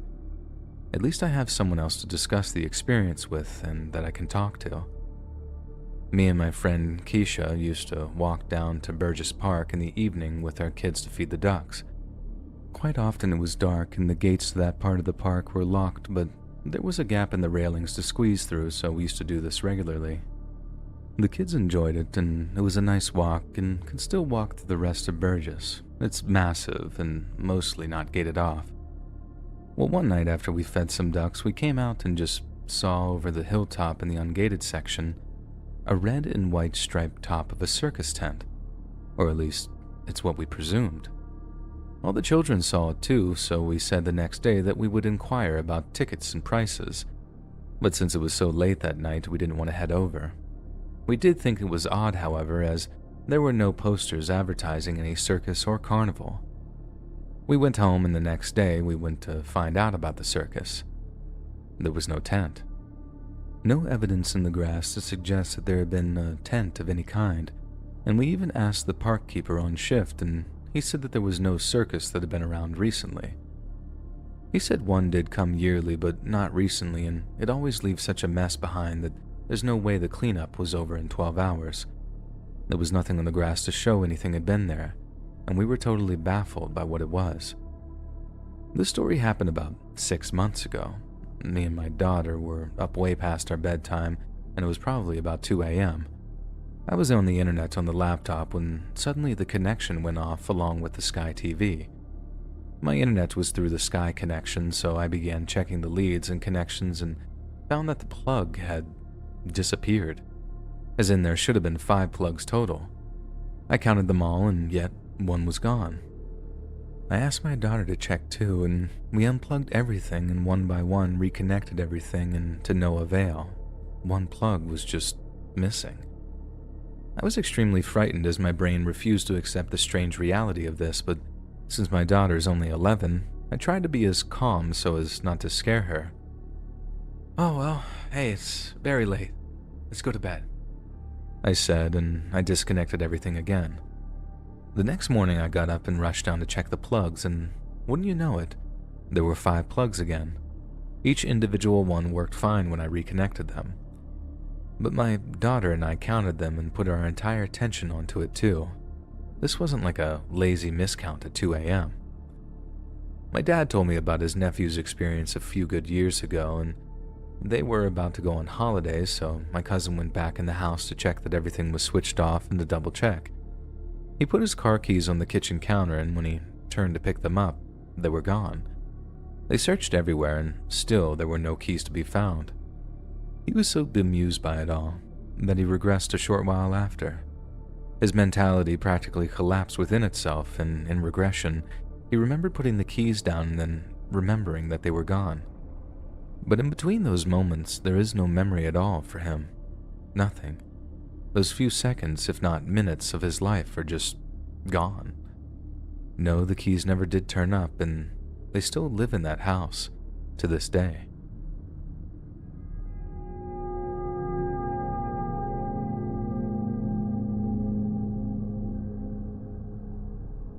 Ryan Schertz has been trying to save John Jones for 19 hours already that fateful day in 2010. John had gotten himself trapped headfirst and upside down in the narrow passageway in Utah's Nutty Putty Cave, and Ryan and his team were doing everything they could to get him out. While his men built a pulley system meant to yank John out, Ryan stayed with him, talking to keep him calm. "I'm sorry I'm so fat," John said. "It would be so much easier for you guys to get me out of here if I wasn't so fat." Ryan promised that he'd be his workout buddy when they got out. For now, the pulley was in place, and they were going to start pulling. John needed to get ready. When they yanked him up, John shrieked in pain. They gave him a break. Ryan talked him through it, and they pulled again. This time, though, things got worse. A natural arch through which the rope was fed shattered and the rope broke. A metal carabiner fell and hit Ryan in the face, causing him to bite his tongue in half. John fell back down the hole. Ryan had to get out. While blood dribbled out of his mouth, he promised John that he'd be back for him. Ryan's team helped him escape the collapsing cave, and Ryan's father went in to take over for him. "We're going to get you out," he told the man trapped inside. But John was already unconscious, and he would never wake up again. Kentuckian Floyd Collins found Crystal Cave in 1917, and he was determined to explore every inch of it. For 8 years, he squeezed through its passageways until the day he got trapped. His lantern had started to flicker, and Collins was trying to get out before he lost light. He was climbing his way up a tight passageway when he knocked a 12-kilogram or 27-pound rock loose. It came crashing down onto his ankle, pinning him in place. For the next 17 days, rescue teams tried to save him, but nothing they tried worked. In time, they brought in miners to dig a shaft to him, believing the only hope was to make a new way out. While he waited, Collins was becoming a celebrity. Tourists from all around were coming to see his rescue, with hucksters setting up booths to sell food, drinks, and souvenirs. The mine shaft took too long, and on his 18th day in the cave, Collins succumbed to hypothermia, thirst, and hunger. The group of 17 students who visited New Zealand's Cave Creek in 1995 didn't think that they were doing anything dangerous. They weren't exploring narrow pathways. They were on a guided tour, staying on a beaten path designed for tourists. When they made it to a platform that overlooked a chasm, some of the boys couldn't help but notice how flimsy it felt. As a joke, they jumped and shook it, marveling at how precariously it seemed to be built. They figured it was all in fun. In an era of safety regulations, they assumed that it just looked flimsier than it really was. But they were wrong. The platform had been built by men with no experience in engineering. It was meant to be bolted in place, but they'd used nails instead simply because they didn't have a drill handy. Under the weight of the students, the platform gave way. It toppled over and collapsed, crashing down into the chasm below. One student survived by grabbing onto the handrail and riding it down, but his classmates were hurtled overboard and killed. Of the 17, only 4 survived. They were lifted out in helicopters. One had a fractured spine, but with 13 of her friends dead, she counted herself as one of the lucky ones. In 1988, Andrew White was on a team of 15 people exploring one of the deepest caves in the world. They would never see the bottom. A freak storm hit. A flood of water poured in through the cave entrance, and the middle section of the entire cave collapsed. All 15 people were trapped underground, with White and a few others stuck on a small ledge. It was hard to know what to do. The roof above them was getting ready to collapse, but the rushing water below them was too wild to enter.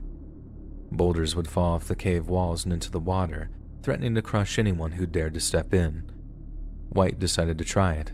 He swam through the water and managed to find another way out.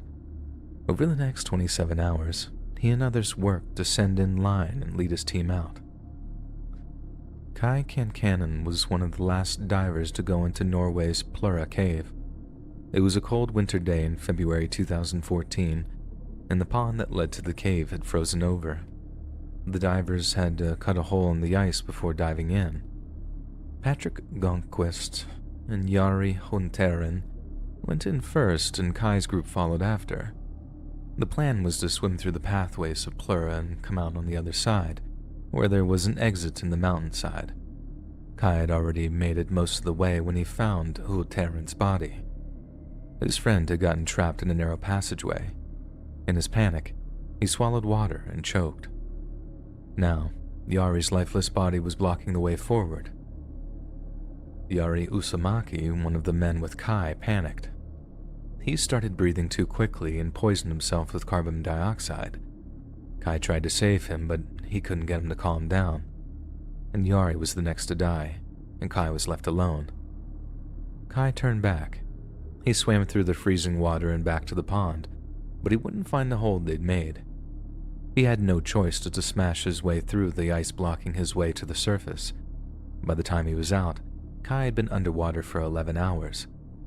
The other men in his group had made it to the other exit and survived, and would take nearly 2 months, though, for the bodies of their friends to be retrieved.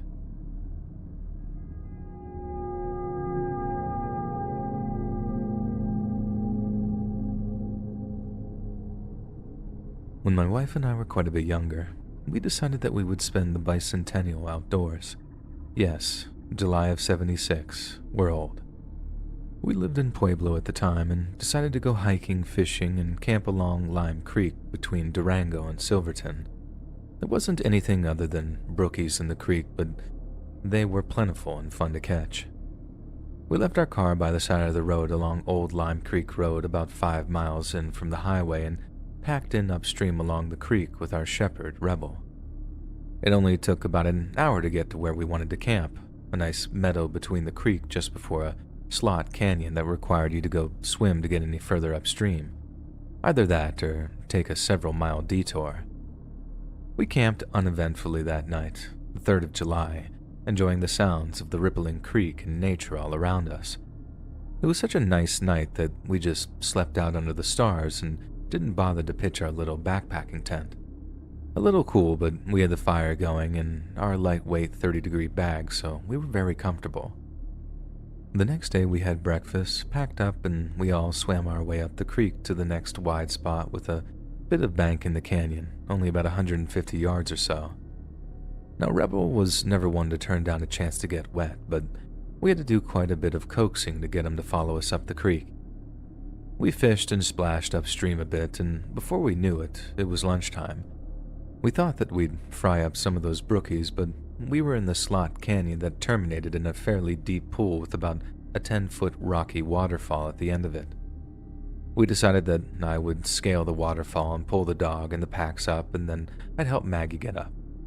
It was fairly difficult, even with the help of an old cable left over from a mining operation that was hanging down the sidewall of the canyon. It took a lot of effort, and thought that we finally made it. We looked back down that waterfall and wondered what the heck we were thinking. Rebel was none too happy about it either, and seemed to get more irritable by the minute. We found enough driftwood at the rocky top of the falls to get a fire started and get the fish fried up, and that was about it. You know that uneasy feeling that several others have mentioned? It was like a switch turned on and we all of a sudden became aware of our surroundings. It grew like a cancer, and I actually watched the hair on the back of Rebel's neck stand up. Maggie felt it too, and we both noticed that it was getting dark fast down in this canyon. First thought in my head was a cat, and I actually felt a bit better about that because I figured the cat would leave us be between the fire and the dog. I told Maggie what I thought, and she seemed to feel a bit better too. I did not want to get caught in the dark in the canyon for a bunch of reasons, flash floods, etc. I spied what looked like a mine shaft about 200 feet above us. A heck of a steep climb, but it looked like our best bet. We pulled out our flashlights, and by the time we reached it, it was pitch black. The dog was a mess by this point, whipping around in circles, whining, yelping, and generally being a real pain in the backside. Maggie and I were drenched with sweat and immediately began to freeze. July in the mountains is a weird thing. I have seen blizzard conditions before, but this was like someone turned on the deep freeze. We were at what looked like the start of a mine. It only went back about 10 feet, but there was evidence of fires at the mouth, and they curiously looked fresh. I was too tired to think more about it. I knew that we had to get out of our wet clothes, pitch the tent, and climb in our bags before we got serious hypothermia. That was no fun, let me tell you, having to do all of that by the light of our rapidly dying flashlight, and there was no firewood anywhere close. I cursed myself several times for letting things get this far out of control. We finally got the tent pitched right there in the back of this little cave, buck naked as we had no dry clothes left. The sleeping bags were slightly damp too, even though we had stuffed them in plastic garbage bags before our swimming expedition up the canyon. And we froze. It was miserable. About 1 a.m, I called Rebel into the tent for a little heat. The dog seemed to have calmed down greatly, and with the added heat, we drifted off. Sometime during the night, I heard something that just about woke me. I was still in a haze, so I fell asleep again immediately. I woke up one more time because I thought that I heard Rebel yip a little bit, but again I was in and out. I pulled my hand out to pet his head, and he licked my hand, and I fell asleep again. Maggie later said that she fell asleep the same time as I did, but never woke up at all during the night. I woke to the most horrible noise that I'd ever heard coming out of a 100-pound woman. Just the most god-awful shrieks that I'd ever heard, and I never want to hear that again. I opened my eyes just in time to see a man at the mouth of the shaft, silhouetted against the morning daylight, looking back at us with the most twisted, evil grin I had ever seen on the face of another human. I scrambled to get free of the tightly zipped bag and the little tent while he just crouched there and grinned. When I was just about free, he disappeared. Now, we were granola crunch and tree-hugging anti-gun nature freaks at the time, so the only thing I had of any consequence as a weapon was my camp knife. I found it after what seemed like hours of searching, but really was probably under a minute. I very cautiously made my way to the entrance, millimeters at a time. The guy was gone. About that time, Maggie started screaming and whimpering again, so I rushed back to the back of the shaft. She had struggled out of the tent and was pointing at what used to be Rebel. His head was nearly severed, and the tent and the bags were ruined with blood all over everything. She had blood all over her, so the first thing I did was make sure that she wasn't injured. Then I checked myself. We were okay. It was all Rebel's blood. We put on our still damp, cold clothes from the night before, and then we noticed that our boots were gone. We were in trouble. I had some paracord, so we tied some shirts and towels around our feet and climbed back down towards the creek. We left everything in the mine except for the knife and some stuff that we shoved in our pockets. It took us 8 hours to get back down to the car, and we looked like raw hamburger meat. Hands, feet, arms, legs scraped raw, bruised and bleeding. We jumped in.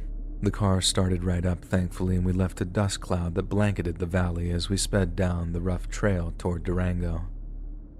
We limped into the sheriff's office, and we looked absolutely tragic. We got our story out. My wife through tears and me talking way too fast, but finally got it all out. The deputies said that they would go out first thing in the morning and asked us to stay in town.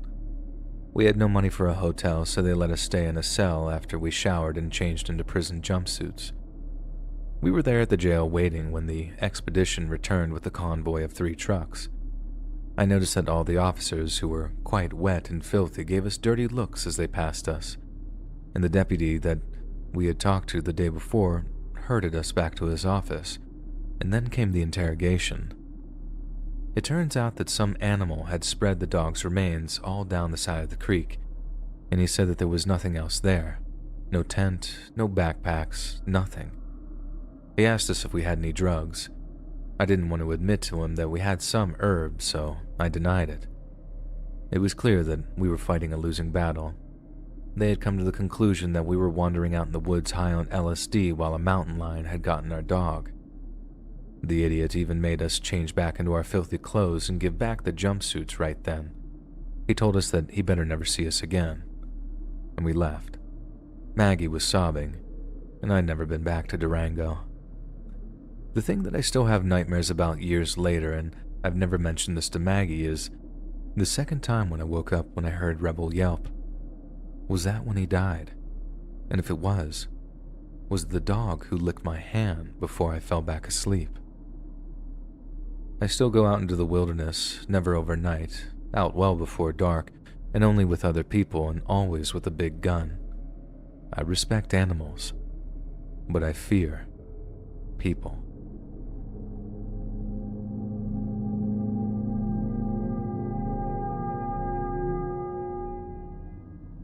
A few years ago, while in college, I was really into weird internet obscure content. Back when ARGs and creepypastas weren't cliche YouTube bait, but rather dark and mysterious and sometimes downright disturbing. I found one of those mini ARG sites where you complete a bunch of obscure complex riddles and puzzles to advance onto new levels. Now, I don't remember its name, but the whole theme of the site was rather dark. I would spend many hours trying to solve the puzzles. I would take notes and study them, even in class, eagerly waiting to get back to my computer and keep playing. This one particular level took me an embarrassing amount of time to complete, and one day, all of a sudden, I felt extremely ill in class as I was reading my ARG notes for the new level. I don't mean just an upset stomach. I'm talking severe anxiety, dizziness, and vertigo. It didn't last long though, but it felt miserable, and the anxiety ended up instilling this feeling of dread inside of me. I was confused and scared, and with all the evidence I had at the time, I blamed the game. I genuinely felt like it was driving me crazy. Not just an addiction either. I'd get resentful for playing the game because I knew that I was snared in it, but I'd get even angrier and feel even worse when I wouldn't play the game, because the game was all I thought about.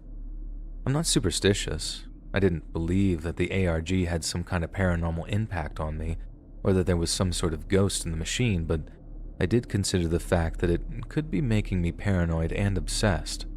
So I gave it up. I never tried playing it again as I finally realized that I was extremely scared of it, almost like I developed Stockholm Syndrome to the game. The fear and anger would go away if I just kept playing.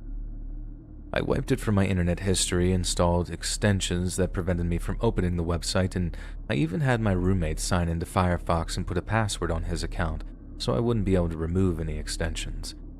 But the anxiety never went away though, and still to this day it gets progressively worse. Depression, panic attacks, and new random phobias, like being scared of holes and being scared of commitment. However, I normally brush it off as most likely a coincidence, as I always felt a little depressed, shy, and stressed, but who knows. Sometime after I gave up on the ARG, my roommate noticed my symptoms and suggested I get checked on. And long story short, I got diagnosed with a terminal neurological disease. Said disease can in fact create or amplify depression and anxiety. I know, it all sounds like a big coincidence. I'm not convinced of the opposite, I just wanted to mention this story. Ironic thing is that I've almost completely forgotten everything about that ARG, like my conscience has blocked it out completely. I don't remember the name of the game, how it looked, what the puzzles were about, or anything else, but I'm sure it existed. Hell, if I were to find my old college notebooks, then perhaps I can find the ARG notes that I wrote among them. But maybe that's a door that best remains shut. Hey friends, thanks for listening. Click that notification bell to be alerted of all future narrations. I release new videos every Monday, Wednesday, and Friday at 7 p.m. Eastern Standard Time. If you got a story, be sure to submit them to my subreddit, r/Let'sReadOfficial, and maybe even hear your story featured on the next video. And if you want to support me even more, grab early access to all future narrations and bonus content over on Patreon. or click that big join button to hear about the extra perks offered for the channel. And check out the Let's Read podcast, where you can hear all of these stories in big compilations and save huge on data, located anywhere you listen to podcasts. Links in the description below. Thanks so much, friends. And remember, holes and commitment don't mix.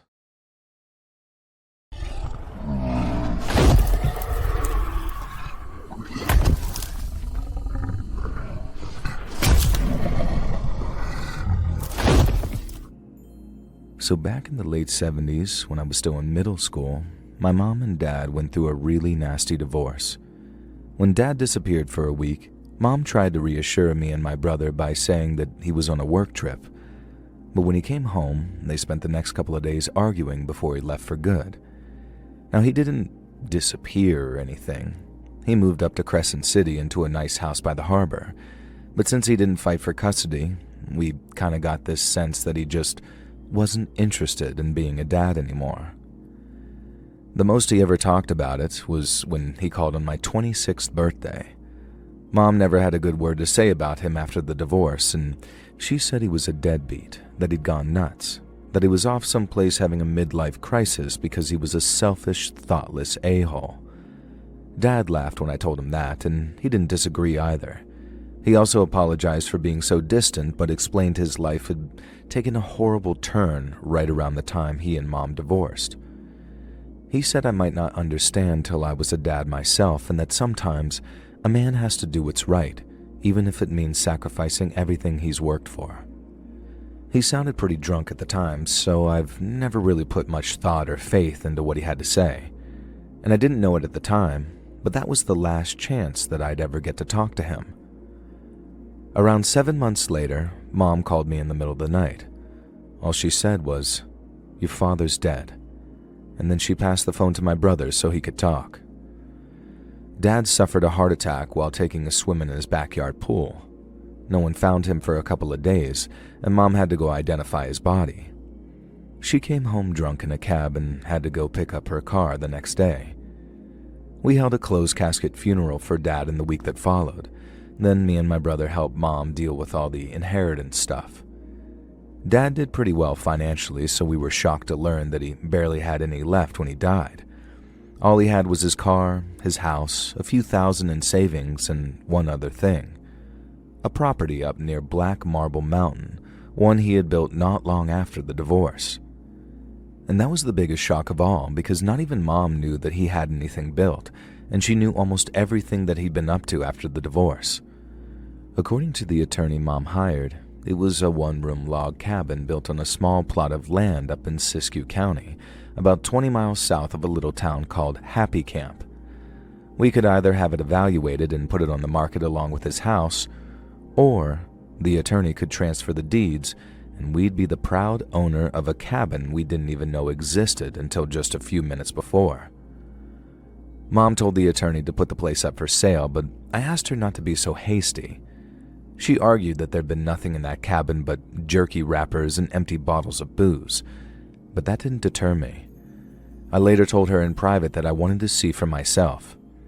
My brother and I didn't know all that much about what Dad had been up to, and since only one of us gave a crap, it was up to me to go check the place out. I drove up in mid-November of that same year, making sure all the wildfires in the area had either burned out or been contained, but it wasn't a case of just driving out to the thing and loading my car up with anything of interest. Accessing the cabin took hours of hiking across unfamiliar terrain, and we grew up in a family that was more familiar with spas and resorts than hiking or camping. Preparing for the trip took months of purchases and planning, and by the time I was finally ready, I remember feeling very, very apprehensive. I wanted to know what my dad had been up to out there, if he was just a latent appreciator of the outdoors, or if there was some deeper meaning to it all. But I never stopped to consider if maybe, just maybe, I was better off not knowing the answers to my questions. Now, I'm not talking about anything too sinister. More like I didn't want to see the evidence of degenerate alcoholism or worse, some kind of weird BDSM setup. So there was this sort of creeping apprehension as my day of departure approached. Just not nearly enough to stop me, though.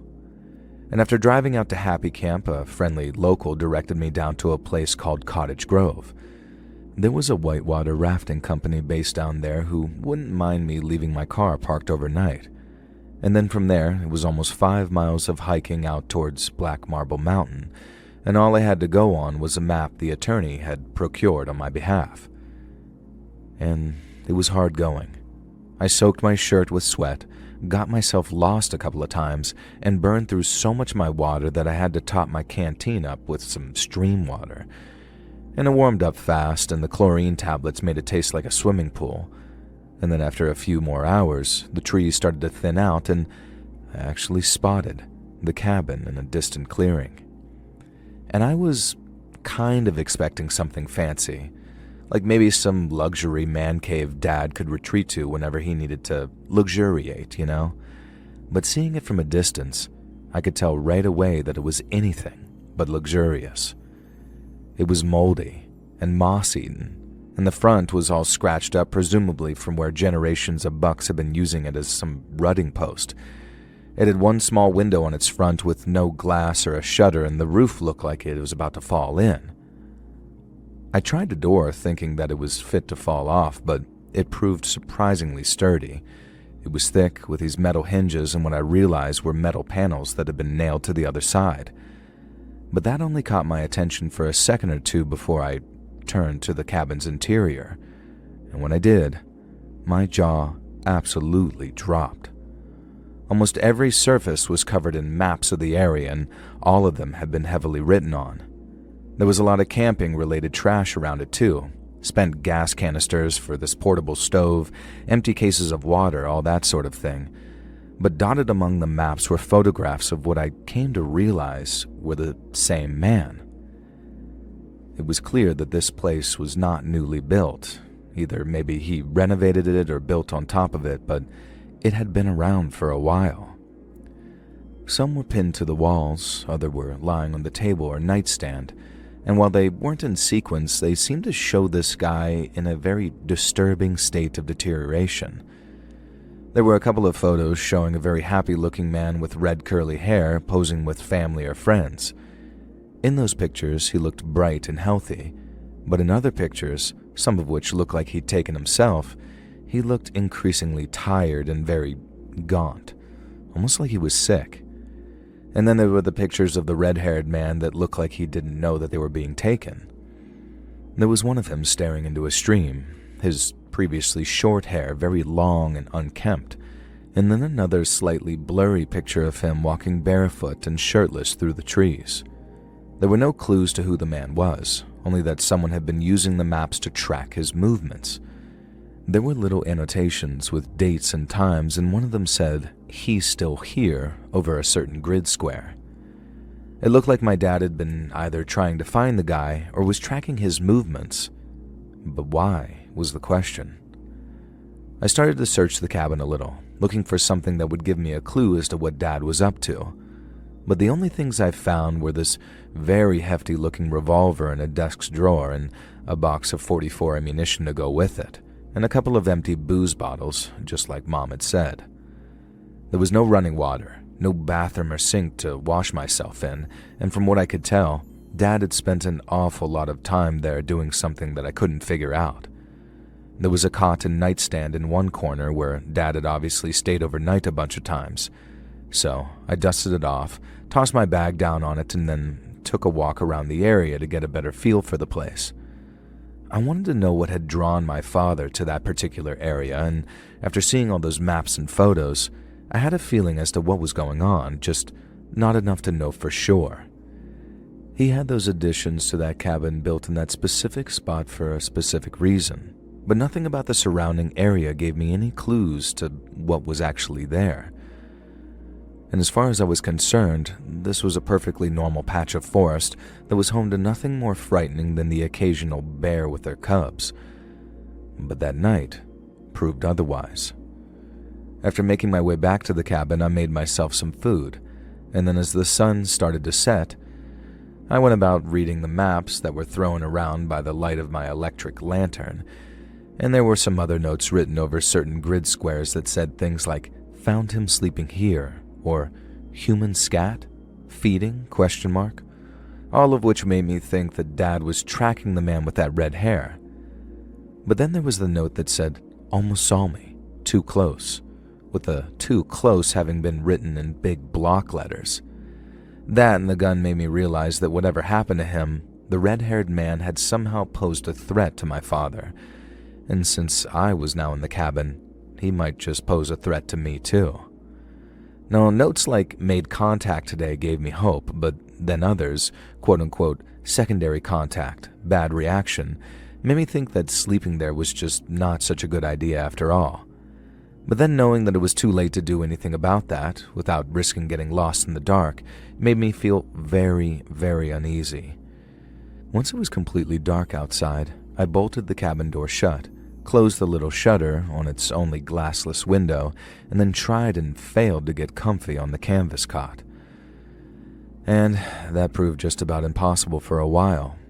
But with the sound of the wind in the trees creating this very soft, incessant drone, and with the exhaustion of the day's hike finally setting in, I eventually found myself drifting off to sleep. I don't know how long I was out for, but I was jolted awake around 2:30 in the morning after hearing a noise. My heart began pounding, and I looked all around the cabin for the source of the noise. Then I realized, with relief, that it was coming from outside the cabin. Something was moving out there, and at first, I thought that it had to be an animal of some kind, curious probably of the smell of food. But as I listened, I started to hear this very steady, bipedal shuffle that sounded way too confident to be an animal. Now, the first thing I did was go for the desk, where that very chunky revolver was sitting in the drawer. Now, I'm not exactly some hotshot with guns, but I knew how to load and operate it so it was ready to fire. An animal would just leave given some time and possibly a warning. But a lone person out there, in the middle of the night, was definitely worth arming myself for. My next move was to that small shuttered window, which I very swiftly unshuttered and shined a flashlight out of. I had a wide enough arc to illuminate what was directly in front of the cabin, but not much else. But as I scanned, that rhythmic shuffling noise sounded like it was getting closer and closer to my field of vision. I pointed my flashlight beam over to some of the trees to my right, then, after a few seconds of waiting, a person shuffled into view. They were completely naked, with only patches of clean, pale skin visible through this covering of dirt and grime. Their long red hair was knotted and wild, and I caught a glimpse of a very similarly unkempt beard, too. I knew who it was from the moment I saw all that hair, but as I shined my flashlight on him, he didn't react at all. He just kept walking side on to me like he was circling the cabin, and he kept going that way for about a minute or two before he suddenly just stopped. Now, at first, all I could do was just watch, stunned into silence by what, or more like who, I was seeing. But when the guy paused and stood perfectly still like some creepy statue, I knew that I couldn't stay silent any longer. I called out to him, saying something like, "Hey, I'm warning you. I got a gun in here."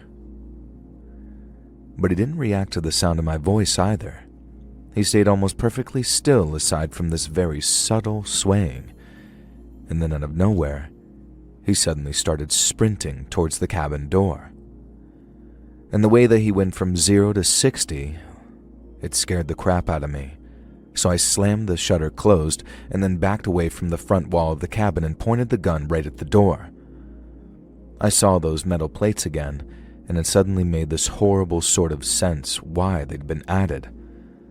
I thought the guy was going to throw his weight into the door to try and bash it open, but right as his footsteps got very close, they stopped, and he seemed to just sort of stand outside the door, quiet and still again. I reminded him that I had a gun, and that breaking into a cabin would be the last thing he ever did. And you guessed it, he didn't say crap in return. There was just this dead silence for a minute or two before he started gently knocking on the cabin door. It was really soft and quiet at first, barely even audible, but it got louder and harder with each repetition. I figured it was a fist at first, but the longer it went on, the more I realized that the impact was much larger, and it was exactly at head height too. That crazy bastard wasn't banging his fist against the cabin door. He was smashing his head into it, over and over and over again. I remember yelling at him to stop, while staring straight at those metal plates thinking, Jesus Christ, this has happened before, hasn't it? As the guy kept slamming what I assumed was his head into the thick wooden paneling, I started yelling at him that I wasn't my dad, and that he'd passed away. I didn't phrase it exactly like that. It was much more drawn out, and I must have sounded terrified. But I drove the point home that Dad was gone, and I wasn't staying. And then the moment that I made that point, the banging suddenly stopped.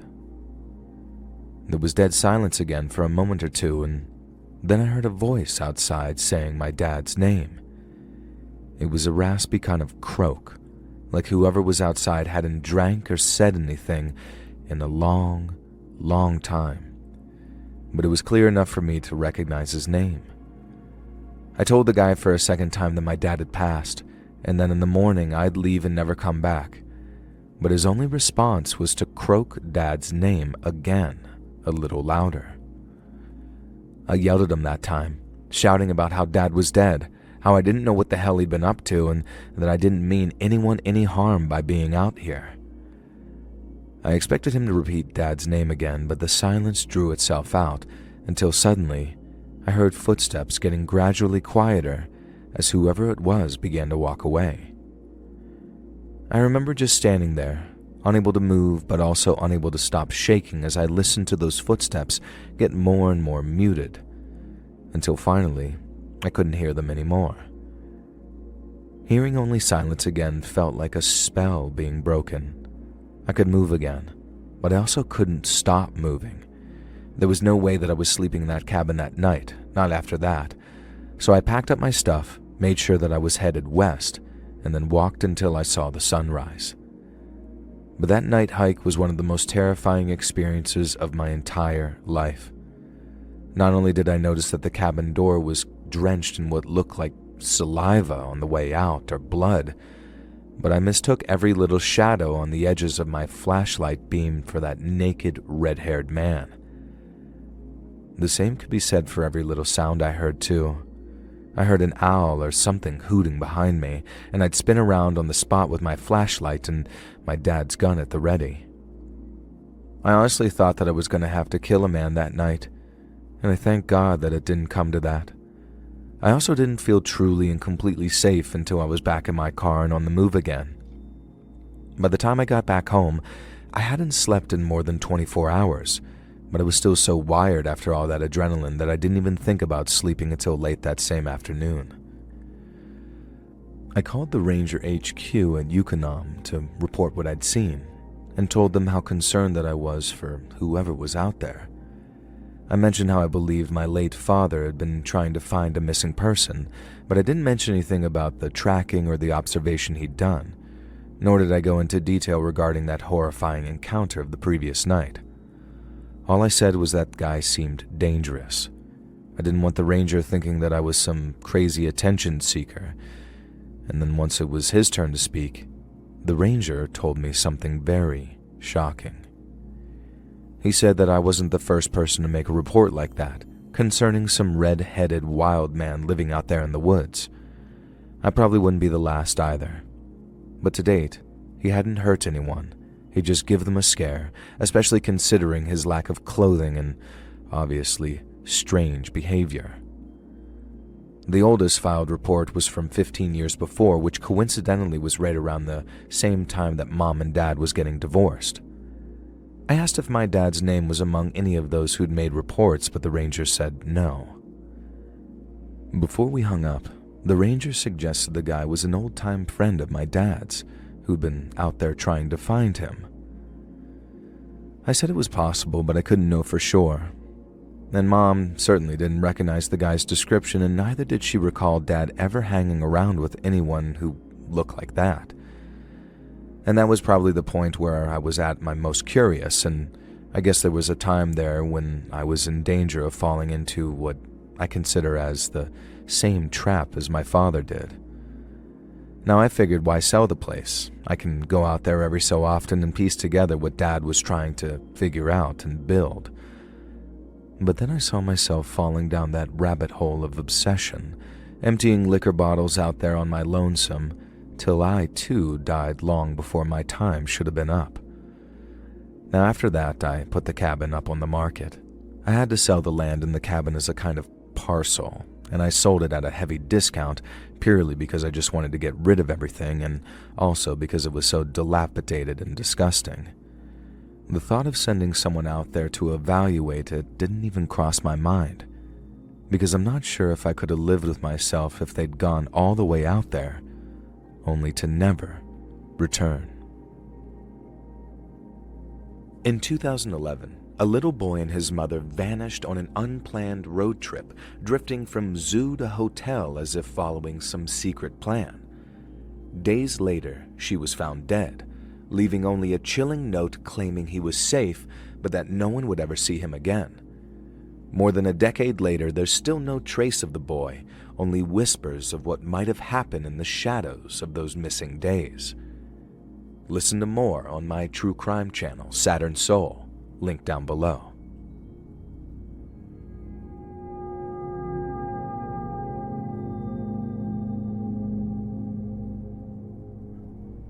In September of 1993, my college buddies and I were just about to start our junior year when we decided to meet up for a camping trip.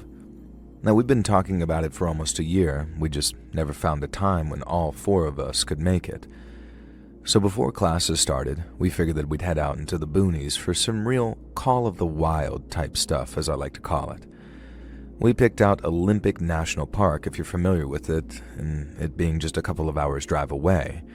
And then combine that with Olympic National Forest. Yes, they're two different places that border one another. We had one of the largest wilderness areas in the lower 48 right there on our doorstep.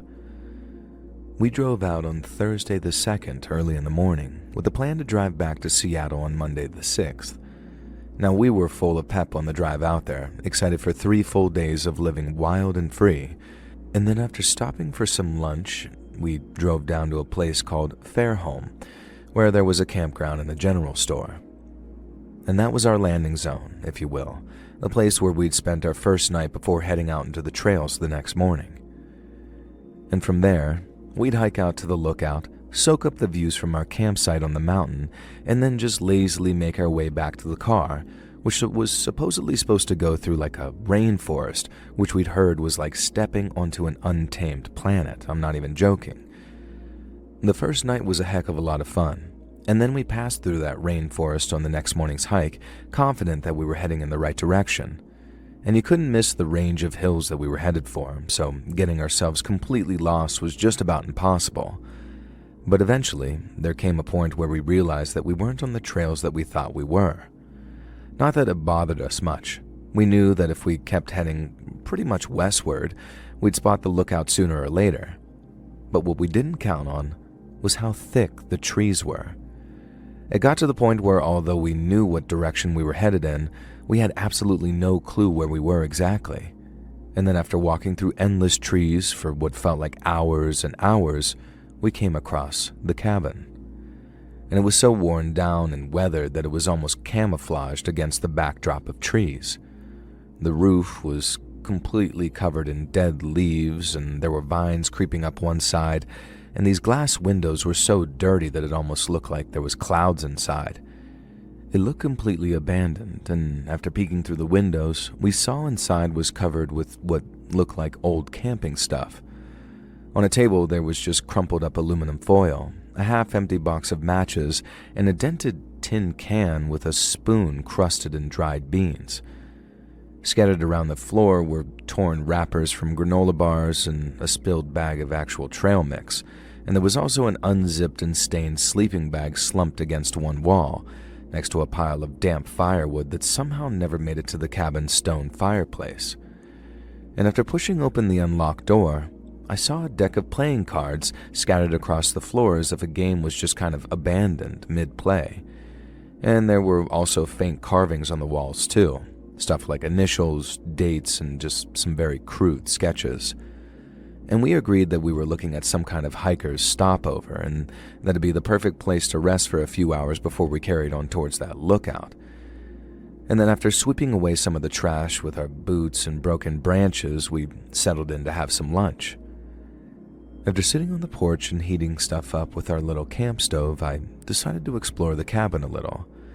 I figured that I might be able to salvage something from the debris, and then since it was all trash in the main room, I decided to push my way into the bedroom to see if there was anything there. One of us had already taken a look, but he hadn't checked all the drawers in the old nightstand on account of it being covered in just a bunch of cobwebs. And the old stained mattress in the corner reeked of just rotten mold and dampness to the point that I almost covered up my nose and mouth as I checked the nightstand's drawers. And the first thing I saw when I opened the first drawer was what looked like a used condom, so I slammed that thing shut again because, good God, that's gross. Now, the second drawer had a bunch of empty glass medicine bottles with faded prescription labels. But then when I opened up the third drawer, I discovered it contained some kind of leather-bound notebook. I pulled it out of the drawer, opened it up, and saw that it was someone's journal, with the first entry dated in 1978. I didn't imagine it to be really that interesting, like maybe some hiker just forgot his journal or something, but after reading that first entry, I'll be honest, I was hooked. The journal had been started by someone who was right at the beginning of what they called an adventure of a lifetime, and detailed their plan to basically live off the grid for the rest of their days. They talked about how incompatible they were with modern society, and how they knew that they'd be much happier out there on their lonesome while living off the land. The journal was supposed to be an effort to document their adventures, in the hopes that it would serve as a sort of guide to other folks who wanted to escape modernity and embrace nature. Now, as you can imagine, I was actually pretty psyched to have found something like that. I'd gone from thinking that it'd be filled with some terrible poems to being like, damn dude, I could probably get this published if I tried. I walked back into the main room and told the gang about what I'd found, but not everyone was into it. Two of them were too fixated on trying to clear the cabin's old chimney and had this total whatever reaction to me announcing my find. But my buddy Steve then says, "Really? No way." And we sat down on the porch's steps and started reading through the journal together. Now, like I said, the first entries mostly detailed what the guy wanted to do and how he wanted to do it and what he hoped to achieve. But then as they continued, there was a lot more of the nitty-gritty survival stuff that I was actually hoping for. We found the entry from the day the guy ran out of store-bought food and had to rely on what he'd been hunting, catching, and foraging. It sounded scary, but exciting too, and it was thrilling to read how happy the guy was as everything he'd worked towards was starting to pay off. But then came the part where the guy accidentally poisoned himself with some undercooked game, and he got really sick for a couple of days. Now, I felt his anxiety when he wrote about how much it had sucked to die from something as crappy as food poisoning, and we were stoked when we read the entry about how he was starting to feel better again. Now, after reading through a couple of more entries, Steve was starting to get a little bored, so he walked off to help the others to try and start a fire in the cabin's fireplace. But I kept going on, and I'll never forget what I ended up reading. Unsurprisingly, a lot of the entries got kind of samey after a while, for lack of a better word. The journal's author did pretty much the same routine over and over again, with only the most minor of differences from day to day. And that meant that I went skipping ahead a lot to see if I could find any longer, more interesting entries. I watched as entries from 1979 bled into those from 1980, and as they did, they got less and less frequent. But then as 1981 slipped into 82, the style of writing started to change, and sometimes quite dramatically too. What were once elegant passages of prose degenerated into something more primitive, and it wasn't like he was talking to the reader anymore, like you were a friend. It was more like he was talking to himself, or like trying to talk to God. They were long, rambling tracks about how he could hear the sky sing when it got really quiet, or how sometimes when he's killing a rabbit or a pigeon, it kind of felt like he was slaughtering his own self in some weird protective kind of way. He talked about how he wasn't just out there to find a new way of living anymore. He was out there to save his soul in some great game between the devil and the Almighty. Now, it was clear that he was losing it a little from the isolation, but the guy seemed to know it too. He acknowledged how bad it was affecting him, and he knew he needed to go spend some time among other people to just sort of soak up some civilization for a while. But he also wrote about how he couldn't bring himself to do it, how much he'd come to hate regular people, and how wasteful and mindless they are. It was kind of sad, reading about how this guy's quest to enlighten himself had turned him so bitter and reclusive. But then as the mid-1980s rolled into the latter half of the decade, the entries weren't just sad anymore, they got downright scary. Some of the later entries were short, clipped, and extremely angry sounding, with the letters seeming like they'd been scratched into the page. Then in 1989, some of the entries weren't even written in actual script. It was all just squiggles and shorthand only the writer must have been able to understand. When there were words I could understand, they were mostly curses or these weird compound words like kill death, blood god, or sick brain. The author wrote how they were angry at God and that something had gone wrong with the world that meant that he couldn't play the game anymore. I remember how one line said something kind of jumbled like, "I am not what I am. I am not my offense. I am a cosmic being, and the truth of my rules are the way of the next revealed." I don't think that's what it said word for word, but it was basically the same sort of garbled, almost computer-generated text. Like his internal CPU was going very screwy, and there was some other stuff too, but it was just sort of, "I am finished. It is finished. I must finish it." Over and over again, sort of like variations on finishing something. And that was the last of what I could read, and the rest was more of that shorthand, the only kind that was a little more intricate and deliberate than the squiggles on the other pages. I figured they had to end soon, that at some point he's going to give up trying to write as he completely lost his mind or finally abandon his little quest. But instead, the entries continued and they somehow got even worse.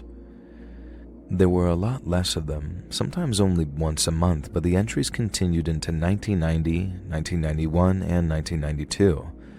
And then right as I'm thinking, no effing way has this guy been out here since the 70s, I turned a page and saw the numbers 1993 just roughly scrawled above another long track of symbols and squiggles. And as a reminder, this story takes place in September of that same year, so when I saw that the final couple of entries seemed almost fresh, with cryptic mentions of the approaching fall, I felt this wave of panic come over me. We weren't at some random hiker's rest stop. We were in some dude's cabin, and that dude was a dangerously insane individual. I rushed inside the cabin and said, "Yo, we gotta get out of here. Now."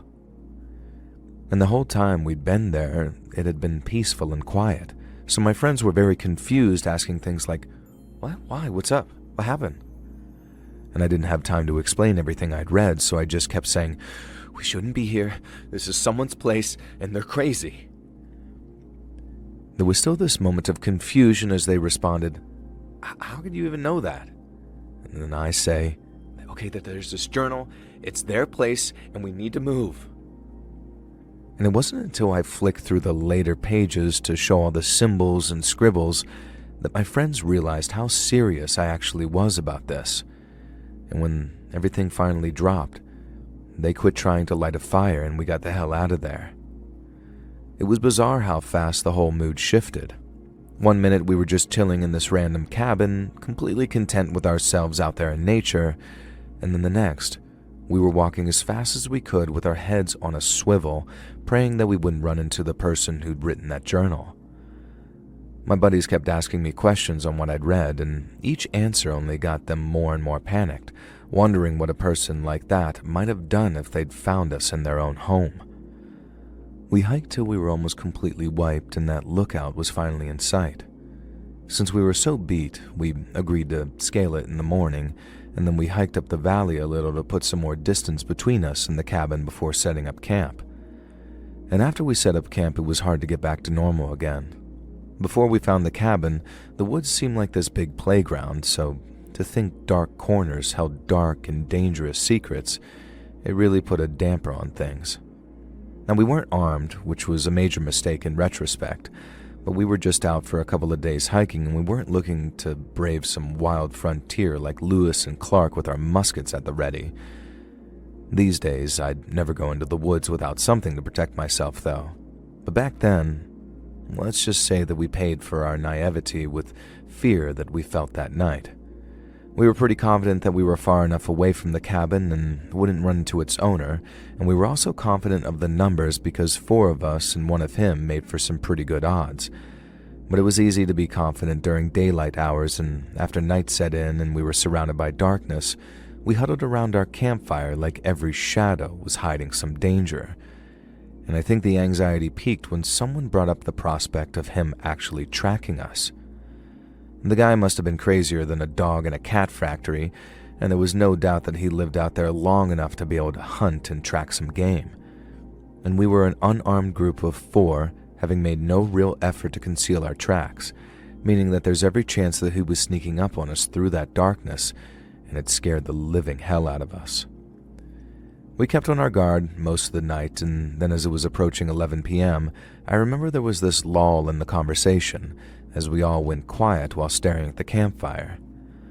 I was actually starting to feel somewhat relaxed again, because if the crazy guy from the cabin wanted to track us, he definitely would have caught up to us by then. I started to think that I might have actually gotten myself into a panic over nothing, because there was every chance that this guy was way out in the boonies and only returned to his cabin every so often to, I don't know, sleep in that stinking mattress or whatever. But that's when we heard the scream.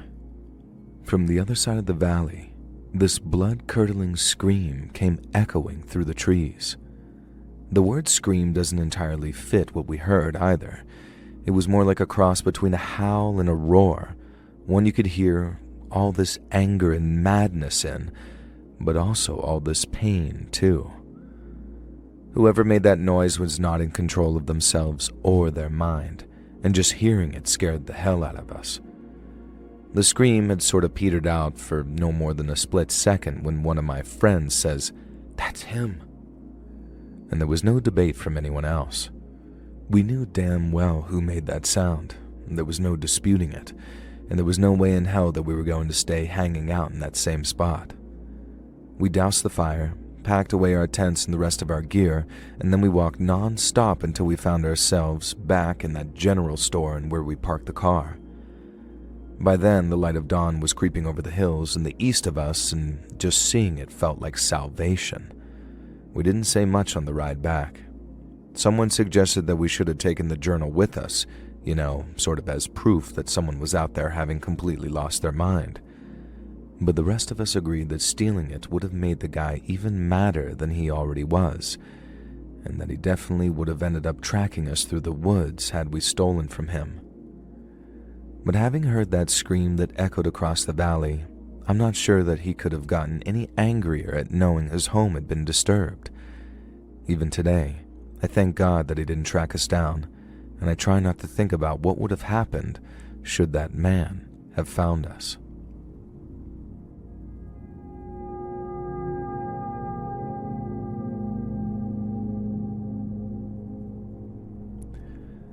I grew up in small-town Montana, and back when I was in my late teens, I used to work as a night porter at some cabins in the mountains.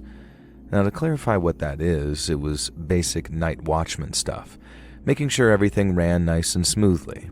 And then every so often, I'd get someone calling at the office to check in late or ask a few questions. We just had a VHS player installed at the office, so the night porters would be less tempted to take a nap. So I got into the habit of renting tapes before heading into work so I could watch movies all night. One night at around 1 a.m, I'm right in the middle of scaring the pants off myself watching the Hellraiser movie, if you remember that, when I hear something moving outside the office.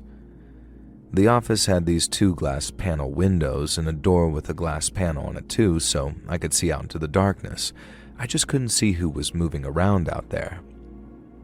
Sometimes the city folks used to go stargazing, so it wasn't unusual to have people walking around later on at night. So when I first heard it, I didn't think much of it and I just kept watching Hellraiser. But then a minute later, I heard it again. That time, I heard it closer to the office, so I lowered the volume on the TV and listened through the silence. It didn't sound like human footsteps. It sounded like something creeping up on all fours, and it was getting closer. We used to keep a loaded gun in the cache safe for reasons you can probably guess, but it doubled as bear and mountain lion protection too, so the first thing I did upon realizing that there was something creeping up on the office was rush to that safe and grab that gun. I then crept out of the office and into the lobby, which consisted of nothing more than a desk, chair, and logbook along with those big glass windows. As I stared out into the darkness, looking for the source of that shuffling sound, I couldn't see a thing. I kept looking for the reflection of the thing's eyes, partly because I had the bejesus scared out of me on a previous occasion when a coyote turned and looked at me through the darkness and I almost pissed my pants. But even after grabbing a flashlight and shining it out into the darkness, I still couldn't see a damn thing. Then out of nowhere, a man rises up from the ground beneath the window, and I jump back and let out a yell. He had what looked like blood staining their mouth and chin, and there was reddy brown slime all down his shirt. He smeared a little on the window as he tried to steady himself, and then he collapsed back down into the ground. I knew that he must have been hurt in some way, so the first thing I did was run to the phone and dial 911. But then the dispatch lady wanted to know what was wrong with the guy, so I ran back to ask him. The dispatch person then must have assumed that it was alcohol related because she told me to ask the guy what he'd been drinking. I ran outside, asked him the questions, and all he'd do was just groan in response until I finally picked up on 2 words: number 9. Now I respond, Is that a drink or something? I don't know what you mean. But again, all he did was groan in pain. Now I ran back to the phone and told the lady what he'd said about number 9, but then it hit me. He wasn't talking about a drink. He was talking about cabin number 9. I ran back to the phone, made sure that there was an ambulance on the way, and then I ran all the way down to cabin number 9 to check it out. The front door was wide open, and there was more of that reddish-brown vomit on the step. But then inside, it looked like something out of a horror movie. There were 3 other people, 2 passed out on the couch and floor, and 1 standing on shaky legs over the sink. He was puking what looked like a mix of blood and something else in that sink. And then, when he heard me from behind, he says, "Help me, please," then kind of sank to the ground to stop himself from falling. Now obviously I'm asking, what did you guys drink, over and over, but all the guy could do was point towards the table as he carries on retching and gagging. There were maybe half a dozen bottles of liquor strewn about the cabin's kitchen and dining area. There was wine on the table and various other drinks on the countertop, and it looked like a big meal could have been eaten too. I started to realize that it wasn't just a case of one guy drinking too much. All 4 of them had the same reaction, meaning something they ate must have been really, really past its sell-by date, or they were sick with something that I might well have been in danger of catching as well. I didn't have time to dwell on that last part too much. I just made sure not to touch them or any of that puke, and then I ran back to the office phone to report what I'd found. And in the end, it wasn't just 1 ambulance screeching up the path, it was 4. Once the paramedics were busy treating the folks in cabin number 9, I gave my boss a call at home to let him know what was going on. He was there within the hour, and then we joined the growing crowd of various guests that were gathering around to stare at what was going on. The EMTs got all 4 sick people onto stretchers, and then once they were securely in the back of an ambulance, it would speed off back down the track with its lights flashing, and then we'd hear it hit its siren as it reached the highway. When it all cleared out, my boss couldn't believe the mess that they made in cabin number 9. He said it smelled like blood in there, but there was vomit too, and it wasn't just blood.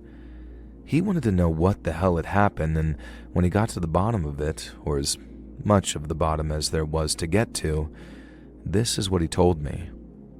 A lady from Washington State had organized a kind of reunion with some of her old friends, and she just so happened to pick our humble collection of cabins for that.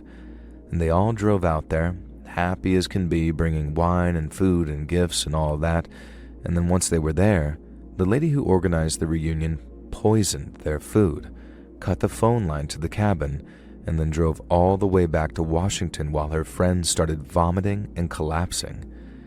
That's all the cops knew at the time my boss spoke to them. They didn't know why she'd poisoned her old friends, only that she'd used a bunch of weed killer and rat poison, and if I hadn't called 911 when I did, they probably wouldn't have survived.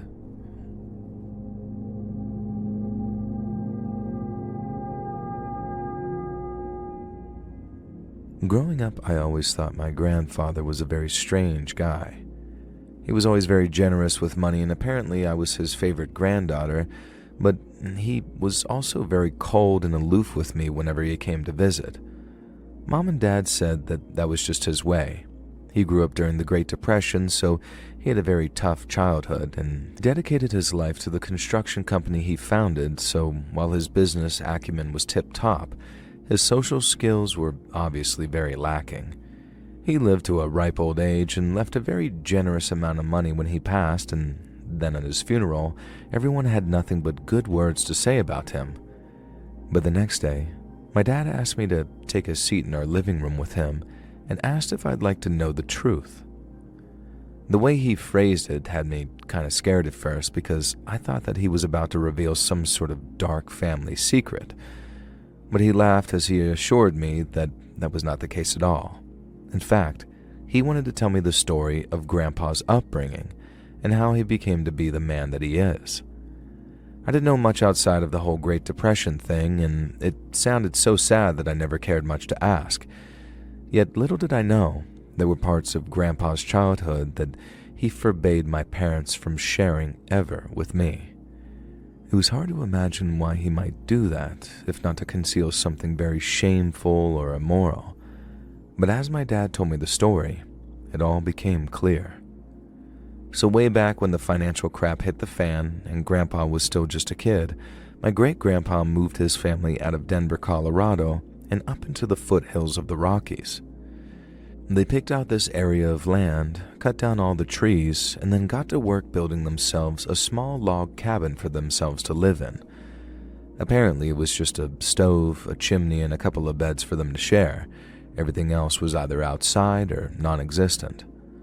They'd hunt, fish, lay traps to earn some fresh meat, and they had a small vegetable patch, and my great-grandpa would sometimes take dried meat and skins into Denver to actually trade for some simple luxuries. It was hard living, and they didn't get to enjoy Christmas or birthdays in the same way some other kids did, but they also didn't know any different, so while it was abject poverty, Grandpa had made some happy memories from that time in his life. At least, until the strangers came. Grandpa said they were having dinner when he heard a group of men outside calling his father out of the cabin. His father told his family to climb out of a back window and run for their lives, and then as they're running, Grandpa said that he could hear his father screaming in pain as the strangers broke into the cabin and murdered him. He said that he, his mom, and sisters wandered around the hills for a couple of days, barely eating or sleeping. Then when they returned to the cabin, his mom made him and his sister wait out in the woods almost a whole day while she buried their father and cleaned up the cabin. After that, and at the tender age of just 9 years old, he was the man of the house. He didn't go to school, he didn't get to play around like other kids. Grandpa worked to put food on their table every day of his life. By the time he was 13, he owned a mule named Chip, and he'd ride Chip into a little town called Evergreen to work for a construction company that was based there. That way, they were guaranteed some money to buy food, medicine, and all of that stuff instead of having to rely on what they could hunt and scrounge for. and when he wasn't at work, Grandpa was either fixing up the cabin or butchering game, while his mom cooked and his sister cleaned. He didn't have time or energy for anything else, and one of the things giving him the most trouble was the cabin's chimney. Birds like to nest in it during the summer, and since his father wasn't an expert builder, the construction itself was far from perfect. So while it needed a good yearly clean in early autumn to get it ready for the winter, the bricks seemed to get looser and looser with each passing. On the year of his 18th birthday, just as summer started going into fall, Grandpa got himself ready to clean that chimney. But this time, no sooner has he jammed the brush up there, but a brick comes tumbling down into the fireplace, sending soot and ash all over the place. Grandpa curses his bad luck and then starts trying to put the brick back into place, but he realizes something is sort of half sitting in its place. Grandpa thinks it's a dead bird or something and gets ready to cover his mouth and nose after dragging it out of the nook. But it's not any kind of dead thing that's blocking the brick from going firmly back into place. It's 3 cloth sacks, and in them are dozens of solid gold coins. Not even his mother knew why those men had shown up and killed his father, and that was partly what made it so terrifying and traumatic for them. But after finding those coins, it all suddenly made sense. No one knows if my great-grandpa stole them or there was someone out there who knew that he was up there in the hills with his stash of gold coins. He didn't even tell my great-grandma about them. But finding them up in that chimney changed their lives completely, and within a couple of years, they were living the good life in Denver after Grandpa started up a construction company all on his own. All his life, Grandpa remembered what it was like being so poor that they barely had a pot to piss in or a window to throw it out of. So all he did was work, just like he'd always done, from dawn till dusk, and for the sake of his family.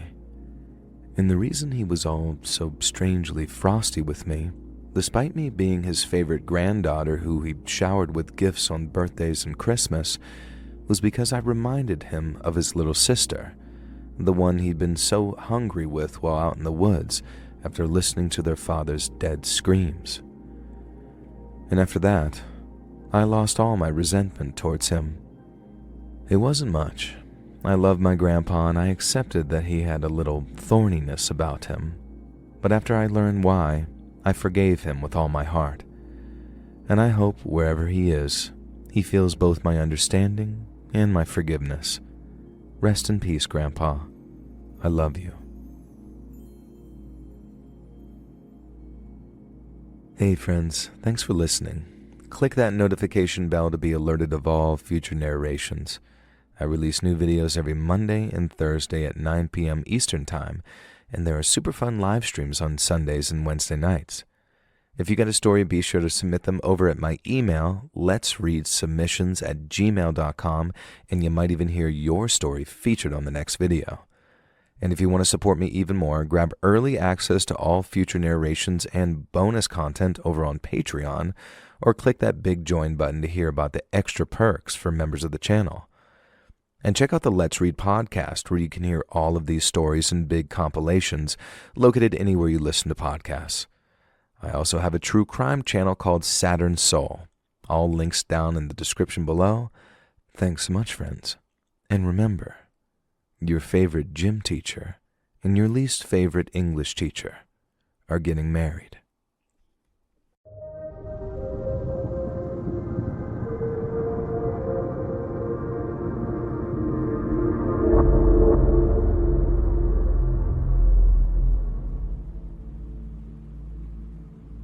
My name's Laura. I'm from Leeds in the north of England.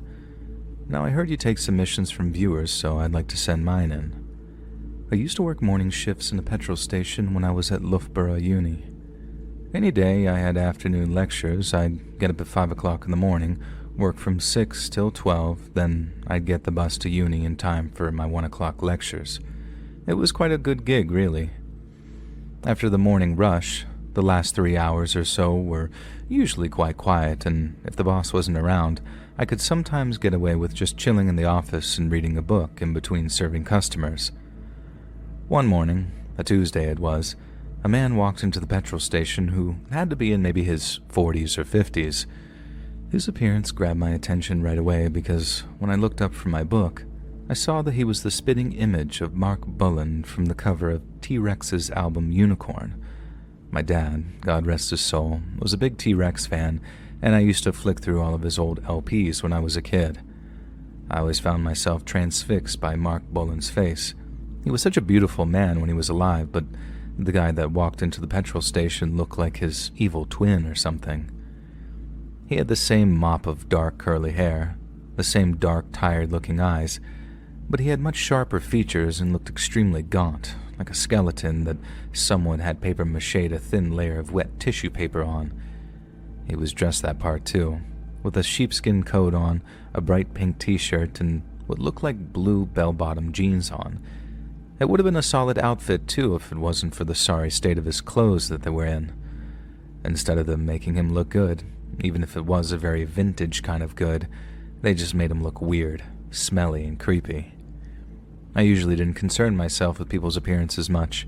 It was a petrol station, not a nightclub, so even Dracula could walk in, fangs all bloody with his cape blowing in the wind, and I wouldn't say a word if he just paid for his fuel and left.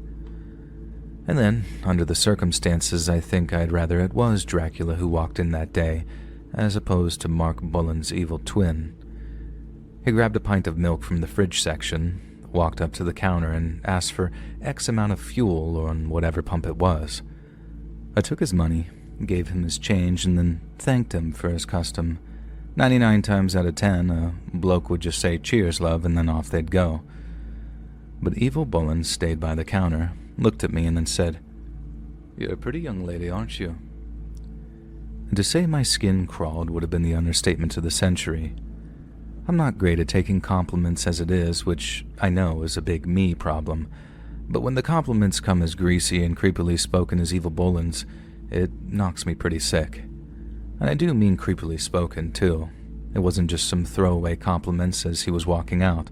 He drew out the very before pretty like, "You're a very pretty young lady, aren't you?"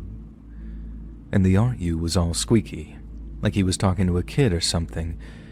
And I get that we had a big generation gap between us, but I was a grown woman, not a child. Now, even back then, I knew better than to talk back to a stranger like that, and it's not worth the risk. So instead of being lippy with him, I said, "Thank you," in a polite but very reserved way, and then stepped away from the counter to make it look like I had work to do in the stockroom. It was a trick that I'd used once or twice, a gesture that said, "I'd love to stop and chat, but duty calls." And for the most part, the men attempting to flirt with me took the hint and made their way back to their cars.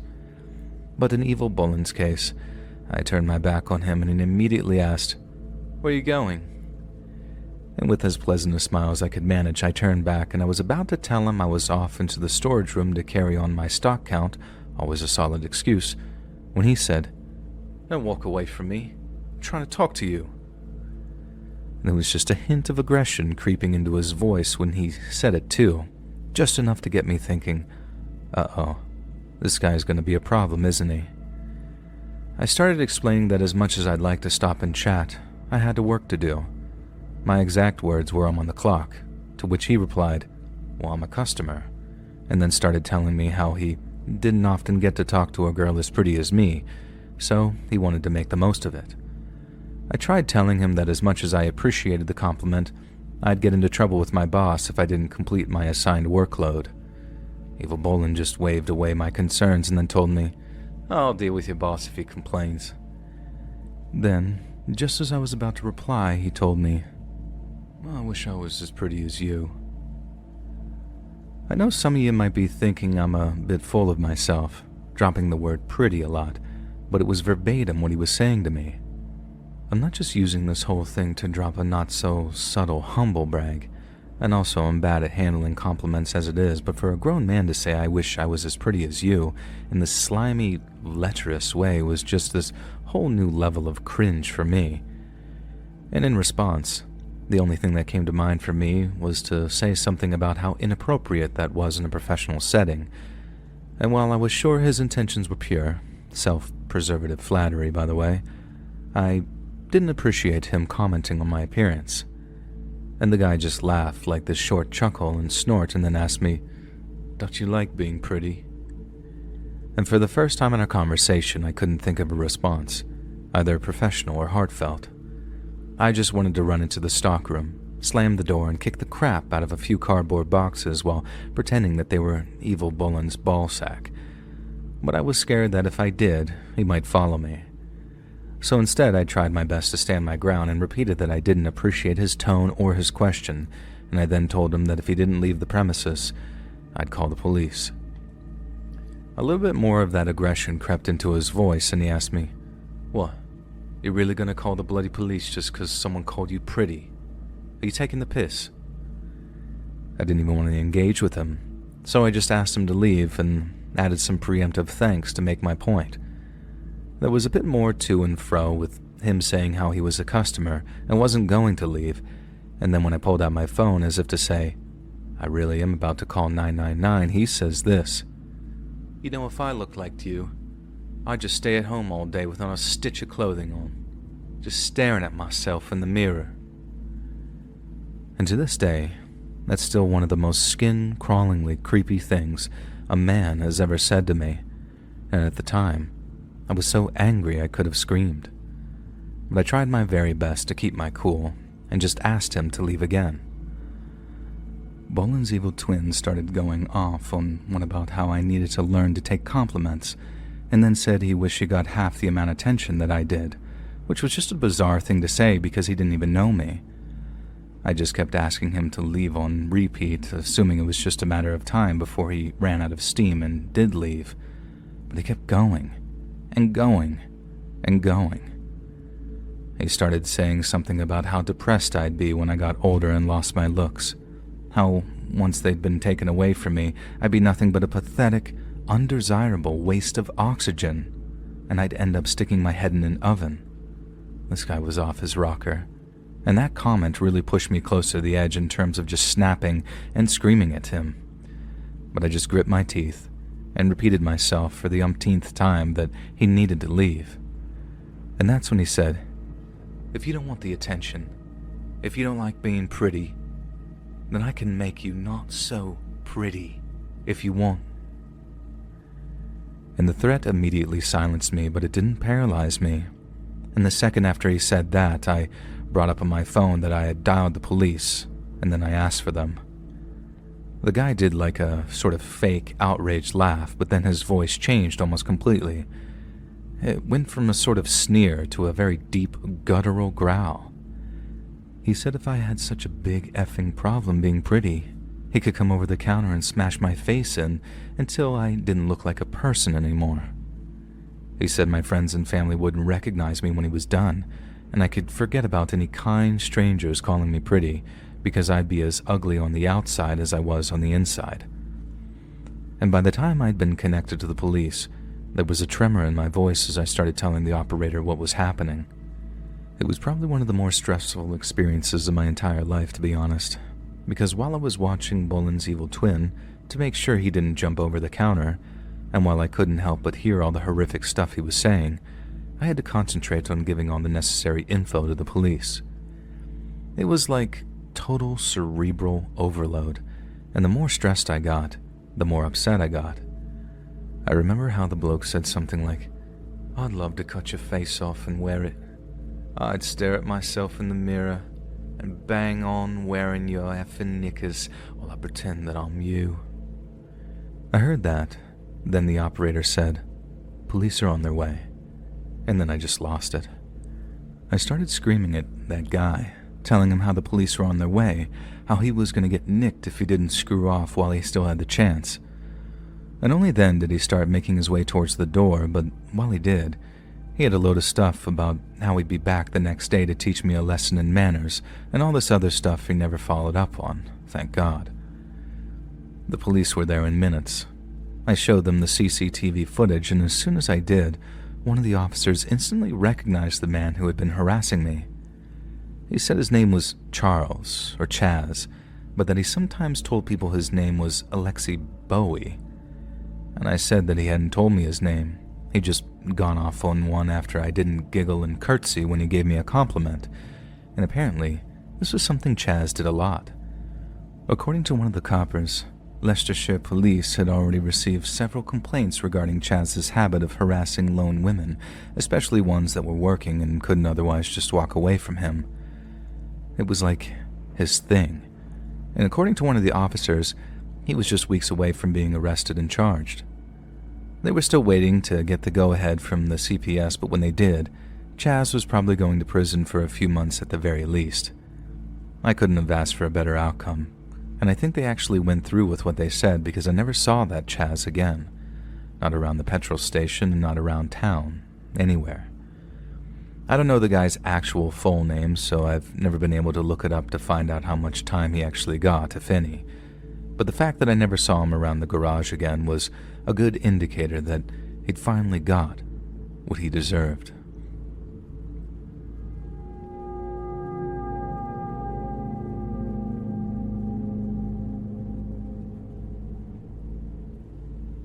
Last November, I turned off the highway into a 2-pump gas station in the middle of nowhere at around 1:30 in the morning. I guess I was kind of zonked from how tired I was because as I drove my car up to the pump, everything seemed as normal as could be. My eyes were locked on the pump display as I filled my car up, trying my best to not go a penny over $30, so it was only when I walked over to the kiosk to pay that I noticed something was off. The first thing that got my attention was how there was no one manning this kiosk. At first, I just waited, thinking the employee was just taking a quick bathroom break or something of that nature. But then as I started to look around, I realized the driver of the car at the pump in front of me was nowhere to be seen either. They weren't in their car, and they weren't inside the convenience store. So my first thought was how the driver and the gas station attendant must have been both in the back of the store, I guess.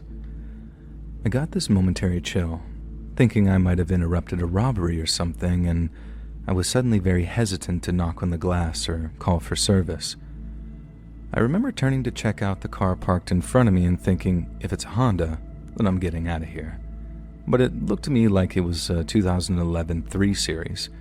Now, if you don't know cars, Hondas are easy to steal. BMWs, on the other hand, not so much. And while that didn't completely preclude the possibility that there was a robbery in progress, it reassured me enough that I started knocking on the glass and asking if there was anyone there. I knocked once and then twice, and then after the third time, I knocked on the glass in as many minutes, and it hit me that something highly unusual was clearly going on. My first thought was to try the door to the convenience store. I'm pretty sure it was supposed to be locked, but when I pushed, the door swung right open for me. I walked up to the counter, calling out, "Hello?" the whole time. And then thinking there might have been some kind of medical emergency, I jumped the counter and took a look around the back of the store. There was a bathroom and a storage room and a small office, but all three were unlocked and empty. Then and only then did I realize that the entire gas station was completely deserted. I checked around the back just to be sure, but I figured that there'd be no one there. And then once I was 100% sure something seriously weird was going on, I pulled out my phone and got ready to dial 911. I wasn't still 100% sure what to do, so I called out hello again, but much louder. And when that got no response, I called the cops. I could tell that, at first anyway, that the dispatcher thought that I was just some jerk customer who was angry my gas station attendant wasn't there when I needed them. But once I properly explained that there was literally no one to be found, anywhere on the premises or elsewhere, she started to take my call a little more seriously. She asked where I was, and when I told her, she asked if it looked like there had been a robbery. I remember asking, how the hell would I know? But she explained that if there had been a robbery recently, an employee might still be hiding somewhere. And I felt this sort of twinge of frustration because, like I said, I'd looked probably everywhere except the dumpster around the side of the gas station. And as I'm walking back from checking out the highway for signs of life, I just so happened to be passing it as the thought to open it popped into my head. I wanted to be able to say to the dispatcher, "There, I even checked the station's dumpster. There's definitely nobody here, ma'am." But when I opened the dumpster, there they were. I only caught a glimpse of what was inside before I dropped the lid of that dumpster and backed off like the thing was radioactive. But a glimpse was enough for me. There were 2 bodies in there, all bent out of shape with dark stains all over their clothes, and one of them was almost certainly wearing a gas station uniform. I remember saying something like, "Oh, Jesus, oh my God," pacing away from the dumpster in a state of total shock, with the dispatcher in my ear. Sir, tell me what's going on, sir." And I told her. "They're in the dumpster. Jesus fucking Christ, they're in the goddamn dumpster." The cops arrived in about 10 to 15 minutes, and by then I'd run off near to the highway to puke up all the contents of my stomach. And I'd remembered that thing about preserving the integrity of crime scenes, so in a wild panic, I'd actually puked as I was running, then had to hold puke in my mouth for a few seconds before I puked even more out near the highway. And after that, I just walked back and forth hitting my vape until I saw a cop car heading towards me down the highway, and then after talking to one of the officers for a few minutes, he told me I was free to leave. I looked the whole thing up online the first chance that I got later, but although I found a bunch of stories about a member of the public, yours truly, finding some bodies at a gas station, there was nothing that explained how or why those 2 people had been killed.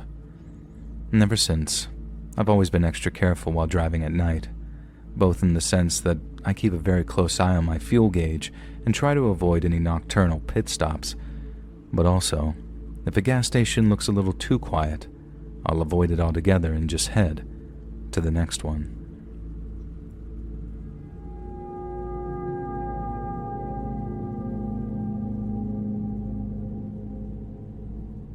I used to work nights at a gas station called North Star Mart out near a place called Foster in rural Virginia. I used to drive up from Gloucester, get there at around 10 p.m., and then work all through the night until 6 a.m. when my boss, a dude named Judd, came over to relieve me. Judd lived right next door to the gas station in a big old house that he claimed that he built himself. There was no way that he built that whole thing on his own, but he was far too nice for me to call him out on it, so I just let it be. He was a great boss, too. I mean that from the bottom of my heart. Not many folks can say that they had a boss who had done almost anything to keep them safe, but I can, and it makes me feel a little guilty sometimes that I don't head up there to visit him more. But I don't like driving around Foster anymore. I don't like going anywhere near the place, and by the end of this story, I think you're going to understand why. I worked at the North Star for 9 months and 3 weeks, working anything from 2 to 5 nights a week, depending on how busy I was at school. Not a single customer in all the time I worked there ever gave me a single ounce of trouble. It was one of the best jobs I ever had in that respect. It was always a little busier on weekends, but during weeknights, I'd sometimes serve only 2 or 3 customers a night and spend the rest of my time watching movies on my iPod, back when that was like a revolutionary thing to do. Judd was really chill like that. He didn't give me a bunch of cleaning tasks, and he didn't give me any busy work at all, actually. And he only ever had one rule. If anyone ever showed up late at night, acting weird in any way, I was to call him right away. It didn't matter if the call woke him and his wife up from the sweetest dreams they'd ever had. If anyone was acting sketch, Judd wanted to know about it. I figured that was fair enough. The gas station was Judd's whole life. It was his retirement plan, so if it went up in flames, well, you see where I'm going with this. So even though it felt slightly emasculating, as in I felt like I could take care of the station myself, I agreed to give Judd a call every time there was any disturbances. When he first told me about his little golden rule, I'd be lying if I said that it didn't make me a little nervous, I guess. It suggested that there were a lot of weird people who came by the gas station at night, but that couldn't have been further from the truth. Like I said, 9 whole months and not a single instance of weird or disturbing behavior. And then one night, it happened. I was in the back office one night, splitting my attention between security monitors and a copy of The Dark Knight Rises, when I suddenly saw a lone figure approaching the gas station. We had 3 cameras, one facing the pumps, one facing the approach to the store, and a third which allowed me to watch the inside of the store from the back office.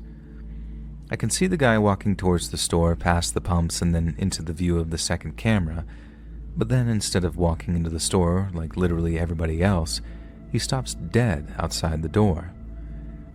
He's right in the view of the second camera, so I'm looking at this guy fairly close up, and he looked like a perfectly regular rural Virginian dad type. He looked like he had work boots on, some faded jeans, and a baseball cap with some kind of hunting or fishing logo on it. Literally the most unremarkable looking guy that could ever walk through our door. But his behavior most definitely got my attention. I guess it's not entirely true that nothing weird ever happened, because there was one previous occasion where I called Judd in the middle of the night. Some crazy lady was screaming like a demon out near the pumps. It was a Saturday, and it had to be maybe 4 to 4:30 in the morning, but just like Judd said, I gave him a call at his house. I told him about the lady and how her screaming was freaking me out. He asked for a description, I gave him one, and then he tells me, "Oh, that's just Rhonda liquored up on payday. She'll head home once she's tired herself out." And then you know what?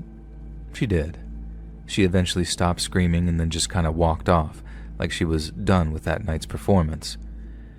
Anyway, the guy in the sporting goods cap stopped dead and just stood there in front of the camera, not moving a muscle.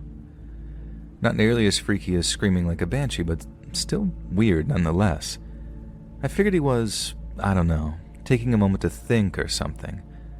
But then, as I'm watching him, his head starts slowly moving, turning his neck until he's staring into the camera lens. I know it was just an illusion, but it felt like he was staring directly at me, and that was easily one of the most unnerving sensations I've ever experienced. Once the guy's behavior reached a concerning level of weird, I grabbed the phone and called Judd. I didn't even feel emasculated doing it either. Whatever that guy's problem was, it wasn't meth. It was something way scarier than that. Judd picked up the phone, then once again he asked me to describe the person acting weird. I started describing the guy, and then the next thing, Judd slams the phone down. I look back at the screen and the guy's disappeared from view, but he's not in the store either, so I'm thinking, where the hell's he gone? But at the same time, I'm also thinking, why did Judd just slam that phone down on me? He told me to call him if something weird started to happen, and the first time he sounded sleepy but pretty calm, so I was wondering what was so different about that time, when I suddenly see him on the monitors. Judd was running towards the gas station in nothing but his boxer shorts and a wife beater, and he was carrying a shotgun in his hands. He burst into the store and asked me where he is. Then when I say the guy just disappeared, and that I think he just walked off, Judd runs past me into the office to check the monitors. I'm freaking out too, because what the hell is he carrying that shotgun for? But no matter how many times I asked him what's going on, he kept silencing me and telling me that I needed to concentrate as he ran back to the security footage to get a look at the guy's face. I watched him, rewinding the footage until he finally found what he was looking for, and when he did, I watched Judd turn completely pale. Whoever it was, Judd was terrified of him. So terrified that he felt the need to come running over with a shotgun to protect me, and then that scared the hell out of me too. Judd sent me home that night after calling the cops, and the next day, he called to say that he'd understand if I didn't want to come back to work. I asked just one time if he could tell me who the man was, and Judd paused and then repeated the part about understanding if I didn't want to come back.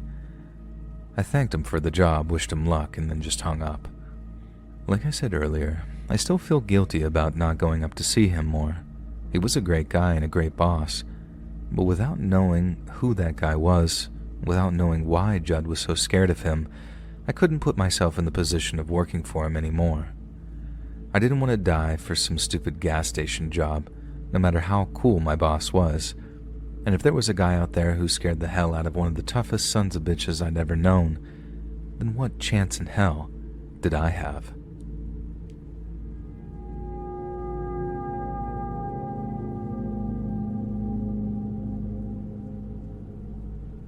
Back when I was in my senior year of high school, I used to work weekends at a rural gas station here in my home state of Nebraska. I worked second shift every Saturday and Sunday, so 2 p.m. to around 9 p.m., and early one summer's afternoon, I set off to work with nothing but a few wispy clouds and a clear blue sky. Now call me sentimental, but I love driving around Nebraska. I don't think there's any place quite like it. You hit the highway from some small town and it's like the whole world stretches out in front of you for as far as the eye can see. There's an almost unbroken skyline, only occasionally interrupted by a windmill, a barn, or a cluster of trees. It can look pretty as a picture on a sunny day, and up until that point, May had brought only sunshine and showers. But as I drove along the highway that afternoon and looked off into the distance, I saw some really scary-looking storm clouds rolling in. The general rule is that most storm clouds look much scarier than they actually are, especially when there's that big wall of angry-looking clouds facing you down like something straight out of the Bible. But most of the time, you get a little rain, you get a little wind, and nothing much else to worry about. However, on this occasion, something told me it was going to be a bad one, and by the time I got to the gas station, the storm warnings were being sounded over by local radio stations. My coworker and I normally did a quick handover, but since we got the storm warnings, we both had a hell of a lot more work on our hands. We had to lock all the windows, then either secure all of our outdoor fixtures or drag them inside, and then we had to inspect the pumps and all that kind of stuff before shutting off the fuel completely. My coworker went off to fuel up the generator just in case we lost power, as I went off to assemble a bunch of flashlights and batteries. And we obviously can't use candles with it being a gas station, so it's a major priority. We already had our designated shelter lined up, the station's office, so after ensuring the first aid kit was fully stocked, we kept the radio tuned up and our ears wide open for weather alerts and other announcements. We figured people would stay home and we'd be in for a pretty turbulent but relatively lonely shift, but we were wrong. One by one, 3 cars rolled into the front over the course of about an hour, 2 driven by single people and the other containing a mom and her 2 young daughters. Wherever they'd been, the path home led directly through the storm, so instead of risking their lives, they came to us and begged for shelter. And we couldn't say no to them. We weren't exactly equipped to shelter that many people, especially not overnight, but there was just no turning them away under these circumstances. We let everybody help themselves to drinks and snacks if they were hungry, mainly to try and calm their nerves as the incoming storm got worse and worse. And boy, oh boy, did it get worse. We all stayed relatively calm until we heard the tornado sirens going off. I'm pretty sure all the grown-ups there had heard the sound before, but it scared the hell out of the younger woman's 2 daughters, who started screaming and crying and begging their mom to take them home.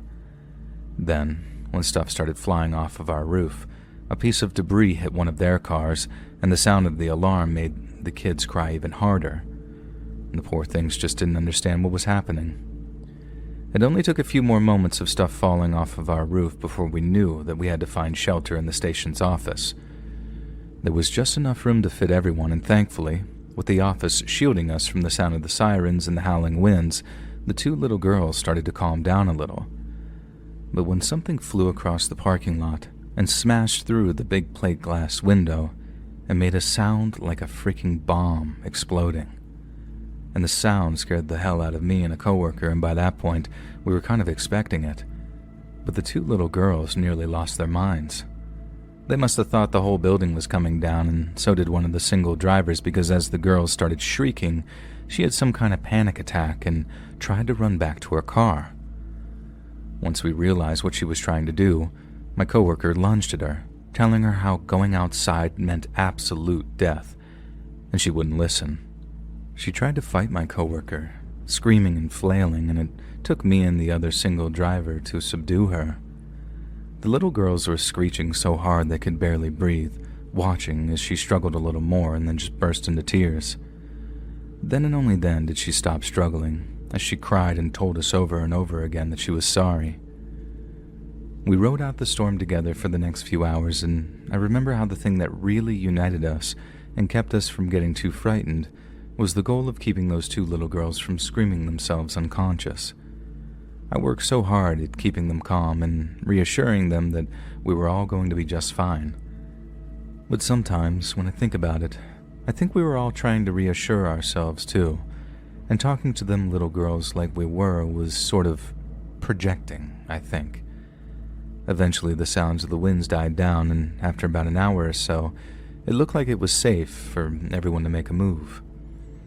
We walked into the store to find it absolutely trashed, and so much stuff had blown in that it was impossible to determine what exactly had smashed the window and made that explosion sound. Glass, snacks, magazines, and debris were just everywhere, and we had to tread very carefully over it all to keep from falling on the carpet of shards. The folks thanked us before they got into their cars, especially the young mom, who thanked the other two drivers for helping keep her daughters calm when she too was almost losing her mind. After that, everyone except me and my coworker went their separate ways, leaving me and him like, what in the hell did we just go through?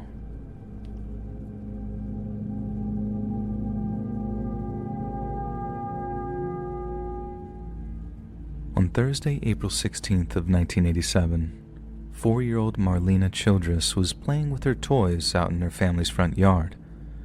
Marlena lived in Union City, Tennessee, with her 22-year-old mother, Pamela Bailey, along with her stepfather, Johnny, and her 4-month-old half-brother, Damon.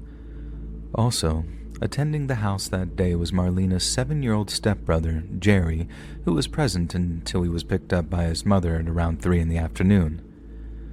At around 3:30 p.m., with Marlena still playing in the front yard, her mother washed dishes while watching her daughter through the large, double-hung kitchen window.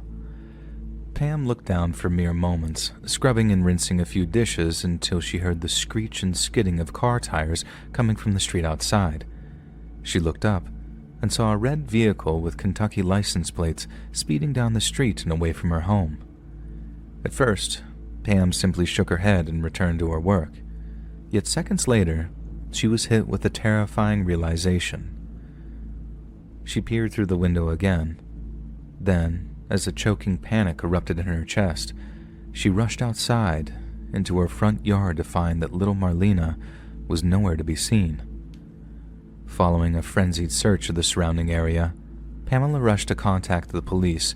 She strongly suspected that her 4-year-old daughter had just been abducted by someone driving a red car with Kentucky license plates specific to McCracken County in the state's far west.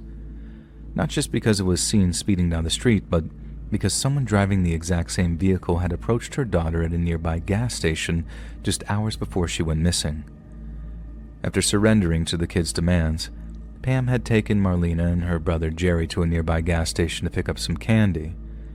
After obtaining her sweet treats and in her excitement to return home, little Marlena had run out of the store following her mother's purchases with the goal of being the first back to the car. Pamela quickly followed her daughter out into the gas station's parking lot, calling out to her as she went, only to find her staring up at a man she didn't recognize. The man leaned forward, towering over the frightened child, and began talking to her, but when confronted by Pamela, he excused himself and walked away. Pamela gently scolded little Marlena and told her not to go rushing off like that in public places. Then, as her tearful daughter apologized, Pam traced the strange man's path and saw him climbing into the driver's seat of a red car with McCracken County plates. Officers from the Union City Police Department rushed to apprehend their suspect and tracked him down to his old Kentucky home. He seemed surprised by their arrival, admitted to having talked to the little girl at the gas station back in Tennessee, and even consented to a brief search of his home to confirm Marlena wasn't there. Police all but ruled him out as a suspect, and after extensive interviews with Marlena's stepfather, as well as her biological father, they too were cleared of suspicion. The investigation continued for another 6 weeks, with police becoming more and more exasperated with the lack of progress, until one day, a deeply shocking confession rocked the local community. On June 8th of 1987, Pam was talking with a private investigator named Stan Cavness. Cavness had been hired at the behest of Pam's family, who were frustrated with the tepid progress of investigating police. And one day, he and Pamela were conducting a tape-recorded interview. Pamela began talking about the day Marlena went missing and how her misbehavior was becoming increasingly unmanageable. Marlena's behavior got worse and worse while Pam got more and more stressed. Then finally, after a bout of near riotous misconduct, Pamela snapped, spun around, and struck her daughter on the back of the head. She hit with such force that little Marlena wobbled, took a tumble, then struck her head on the corner of a nearby table as she fell. Pamela rushed to her daughter's aid, but was horrified to discover that smashing her temple against a pointed wooden corner had suddenly and quite definitely killed her. Pamela continued her confession, fully aware that she was being recorded, telling Cavness that once she realized Marlena was dead, she'd hidden her body in the trunk of her car. She then drove said vehicle to the nearby town of Martin, where she contacted a family friend named P.L. Summers and arranged to meet him at a bridge on Campground Road. There, they carried the dead girl's corpse from the trunk of Pam's car and then tossed it into Obion River. Investigator Stan Cavness was stunned. He asked Pamela to confirm that what she was saying was the truth. Then when she nodded, he informed her of his obligation to inform the police. On the tape, a tearful Pamela states that she understands, then Cavness pushed a button and the recording ends. Cavness immediately contacted the Union City Police Department, with whom he'd already been working closely with, and informed them of Pamela's shocking confession. She was subsequently arrested on charges of second-degree murder, and a team of highly trained police divers were sent to trawl the Obion for any trace of Marlena's remains. But this is where the case becomes as vexing as it is chilling. Tennessee's Obion River is a relatively slow-moving and meandering watercourse. Heavy rains can temporarily increase its speed and water level, particularly in the winter and spring when rainfall increases. But in its natural state, much of the Obion consists of slow-moving waters, especially in the lower stretches, where it flows at a much more leisurely pace as it approaches the Great Mississippi. According to Pamela, she and her friend had tossed her late daughter's body into the water during the small hours of April 17th, a time when most of the spring rains had come and gone. This meant that by early June, a team of divers would most certainly have been able to recover any human remains that were tossed into the Obion just 2 months prior. But strangely, despite an intense search that spanned multiple days, not a single trace of Marlena's body could be found. Curious regarding the inconsistency in her story, homicide detectives visited Pamela whilst in custody and asked her to confirm the location of the dumping site. It was here that Pamela once again shocked investigators by recanting her entire confession. Pamela explained that just days prior to the taped confession with Stan Cavness, she'd been released from a psychiatric hospital. The stress of losing her daughter had been too much to bear, so after a brief stay under the care of medical professionals, she was released having been prescribed a cocktail of antidepressants.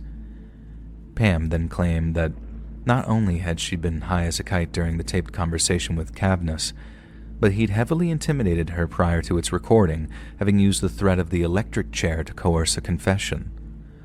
Police then asked her what involvement, if any, her friend P.L. Summers had in her daughter's disappearance, and Pam made yet another astonishing claim. Summers wasn't her friend. He'd been her lifelong abuser, and it was he that had abducted and murdered little Marlena. According to Pamela, Summers' interest in her would wax and wane. Sometimes he'd be a constant menace, demanding satisfaction whenever the mood took him. Other times, he'd leave her in peace for months on end, but he always came back for more. Then one day, after Summers called to arrange a date, she decided that enough was enough.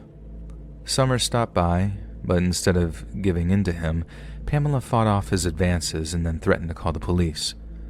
Summers' response was to threaten Marlena's life, and then a few weeks later, there's a screech of tires while she's washing dishes and her little girl was gone. A decidedly puzzled pair of homicide detectives then paid a visit to P.L. Summers at his home. There, they informed him of the accusations, and his reaction was incredulous. Summers categorically denied Pamela's shocking claim and retorted by painting her as a liar of pathological proportions. He stated he and Pamela had shared a brief dalliance many years ago, and that he didn't even know that she had a daughter, let alone kidnapped and murdered her. Police then asked Summers if he had an alibi for the day of Marlena's abduction. He responded by listing several, all of which proved credible when cross-referenced by detectives. Police had no choice but to rule Summers out as a potential suspect, but here's where the story takes another unexpected turn. Just months later, P.L. Summers was arrested on charges of molesting a 9-year-old boy. An article from the Kentucky-based Paducah Sun, dated September 30th of 1987, states that a 65-year-old named P.L. Summers was arrested the previous afternoon on charges of aggravated battery. And what's more, Summers was arrested after a traumatized child approached their parents. He wasn't caught at the scene. It wasn't some kind of sting. Summers was visited at his home at around 4 hours after the attack. Unless the 9-year-old he was accused of molesting had a photographic memory and a talent for articulating the finer details of a person's appearance, it's safe to say that the police considered him a suspect due to his history of child abuse. As it turns out, there was some degree of truth to Pamela's frightful claims, but the fate of her daughter remained a deeply troubling mystery. Many police officers doubted Pam's story and others doubted her sanity, but all agreed that without a body or any other kind of solid evidence, the chance of getting a conviction was highly improbable. Free to move on with their life, Pamela Bailey found that she couldn't continue living in Union City and relocated to Mayfield, Kentucky, around 40 miles northeast of her childhood home. 2 years later, sometime in early 1990, Pamela gave birth to a son that she named Casey, and for 12 long years they lived in peace and harmony. Then, on April 22nd of 2002, just a few months after Casey's 12th birthday, Pamela told her young son that she had a surprise for him and asked him to put on a blindfold. Casey did as she was told before his mother led him out to the car and helped her son into the passenger seat. 6 days prior marked the 15th anniversary of Marlena's disappearance. She would have been 19 years old had she been alive. Pamela drove her son all the way to the mystery destination she'd picked out, then carefully helped him from the passenger seat and led him off into the unknown. Casey kept asking if he could take off the blindfold, yet his mother told him no, that he had to wait until the right moment. He felt grass, soft and spongy under the soles of his sneakers, and then suddenly, his mother brought him to an abrupt halt and told him to take off his blindfold. When Casey did so, his first reaction was utter confusion. He believed his mother was taking him somewhere exciting or fun, potentially as a belated birthday present. Instead, she'd taken him to a cemetery. Casey looked around, wondering what in the world his mother was thinking, when he suddenly spotted a clue to the purpose of their visit. Before him, a single word was etched into a small, child-sized gravestone. "Son," it said. Casey turned to see his mother brandishing a knife. He tried to run, but she grabbed his shirt, stabbing him once in the back of the neck and twice through the flesh atop his shoulder. Thankfully, Casey's quick thinking and decisive action saved his life. His dynamic movement meant the stab wounds inflicted by his own mother were only relatively minor. He escaped, sought help, and then fully recovered following a brief stay in a hospital. Pamela was once again arrested on charges of harming one of her own children, but when questioned, claimed that she had no memory of the event and must have blacked out for the duration. She was subsequently charged with attempted murder, but after a period of legal wrangling ended up pleading no contest to charges of second-degree assault. She received a 10-year prison sentence, but was released after serving just 2/3 of her time. And while she was in prison, police took the opportunity to reopen the investigation into the disappearance of Marlena Childress. But despite their best efforts, they were unable to make any solid progress in their investigation. Some detectives remained firm in their position that Pam, who had already admitted to harming one of her children, was responsible for Marlena's death. Others weren't so sure. According to one former homicide detective, there was a potentially credible sighting of Marlena at a Memphis hair salon just 6 days after she went missing. 2 hairstylists claimed that a girl with a strong resemblance to Marlena was brought into their salon by 2 grown women who also appeared to be the guardian of a similarly aged boy. The women asked for the little girl's hair to be styled, but during the cut, the little girl kept sobbing and saying that she wanted her mother. The stylist claimed the women referred to the girl as Marlena, but thought very little of the encounter until they saw the girl's picture in a local newspaper, at which point they seemed convinced that little Marlena and the sobbing child were one and the same. Following the reported sighting, Marlena's maternal grandfather drove all the way to Memphis to personally verify the story. LaWade Strickland tracked down one of the women that had reportedly brought Marlena for a haircut, but after she was questioned by police, it was determined the little girl had not been his missing granddaughter. Yet in their haste to pursue more recent leads, investigators appear to have neglected what is arguably their strongest avenue of investigation, the man in the red car. Despite having his name stricken from the list of potential suspects, the involvement of the mysterious driver with McCracken County plates has never been fully explored. Not only was his vehicle spotted speeding away from the scene of Marlena's abduction, but they just so happened to bump into one another in a gas station parking lot just hours before. Police seem to have assumed that since Marlena was sitting on the man's couch or at his kitchen table, she couldn't possibly have been present in the home, yet their search appears to have been skin deep. The driver could have drugged Marlena to keep her quiet before secreting her away in a very discreet hiding place. Alternatively, he could have handed Marlena off to an accomplice in the hours between speeding away from her home and arriving back in McCracken County on the other side of the Kentucky-Tennessee state line. It's entirely possible that Pamela was in cahoots with this mystery driver and made a calculated decision to confuse and frustrate any subsequent investigation by claiming that she had been her daughter's killer. But if that was the case, why arrange for her daughter to be abducted in the first place?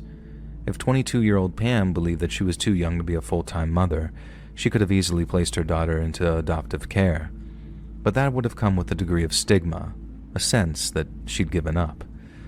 However, arrange for Marlena to go missing, especially if it happened during a brief lapse in her otherwise attentive care, that would leave Pam blameless. But what if Pam had a little more to gain than just her freedom? What if she lied about her daughter's fate in order to mask an immense personal gain? What if Pamela Bailey sold her child? Between 1924 and 1960, a woman from Memphis named Georgia Tann stole and sold up to 5,000 different children. Operating under the cover of her position at the Tennessee Children's Home Society, Tann arranged for the children to be adopted in exchange for vast sums of cash.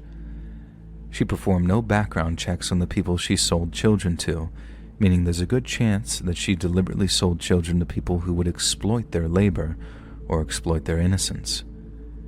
Tann charged anywhere from $700 to $10,000, and during a speech in 1944, had the audacity to accuse other adoption agencies of trafficking vulnerable children for profit. Incredibly, one child stolen and sold by Georgia Tann grew up to be a household name. Born as Fred Phillips, the infant boy was sold to Kathleen and Richard Fleer sometime in early 1949 or 1950, who went on to settle in the state of Minnesota before renaming the boy Richard. The boy grew up an athlete, and by the early 1970s was well on his way to becoming the styling, profiling, limousine-riding, jet-flying, kiss-stealing, wheeling and dealing son of a gun, Rick, the Nature Boy Flair. The point is that even some of America's most beloved public figures were once bought and sold as children. Sadly, Georgia Tann died of uterine cancer 3 days before the state filed charges against her, and thus escaped justice. But there's no evidence that the network she operated was effectively dismantled. It's estimated that Georgia Tann had made somewhere in the region of $120,000 from the sale of orphaned children, which in today's money is almost $1.2 million. An industry that profitable doesn't just disappear overnight, and it seems far too much of a coincidence that Tann's trafficking operation and Marlena's mysterious disappearance occurred in the exact same state. It makes very little sense that Pam Bailey would be working in cahoots with the driver of the red car, only to then swiftly report him to the police. But what if the driver was a well-placed decoy, employed as part of a vast, historic human trafficking network that's existed for 100 years? What if she felt so guilty and was so acutely aware of the evil that lurks in the shadows of our society that her ultimate gift to her 12-year-old son was eternal, dreamless sleep? Hey friends, thanks for listening. Click that notification bell to be alerted of all future narrations. I release new videos every Monday and Thursday at 9 p.m. Eastern Time, and there are super fun live streams on Sundays and Wednesday nights.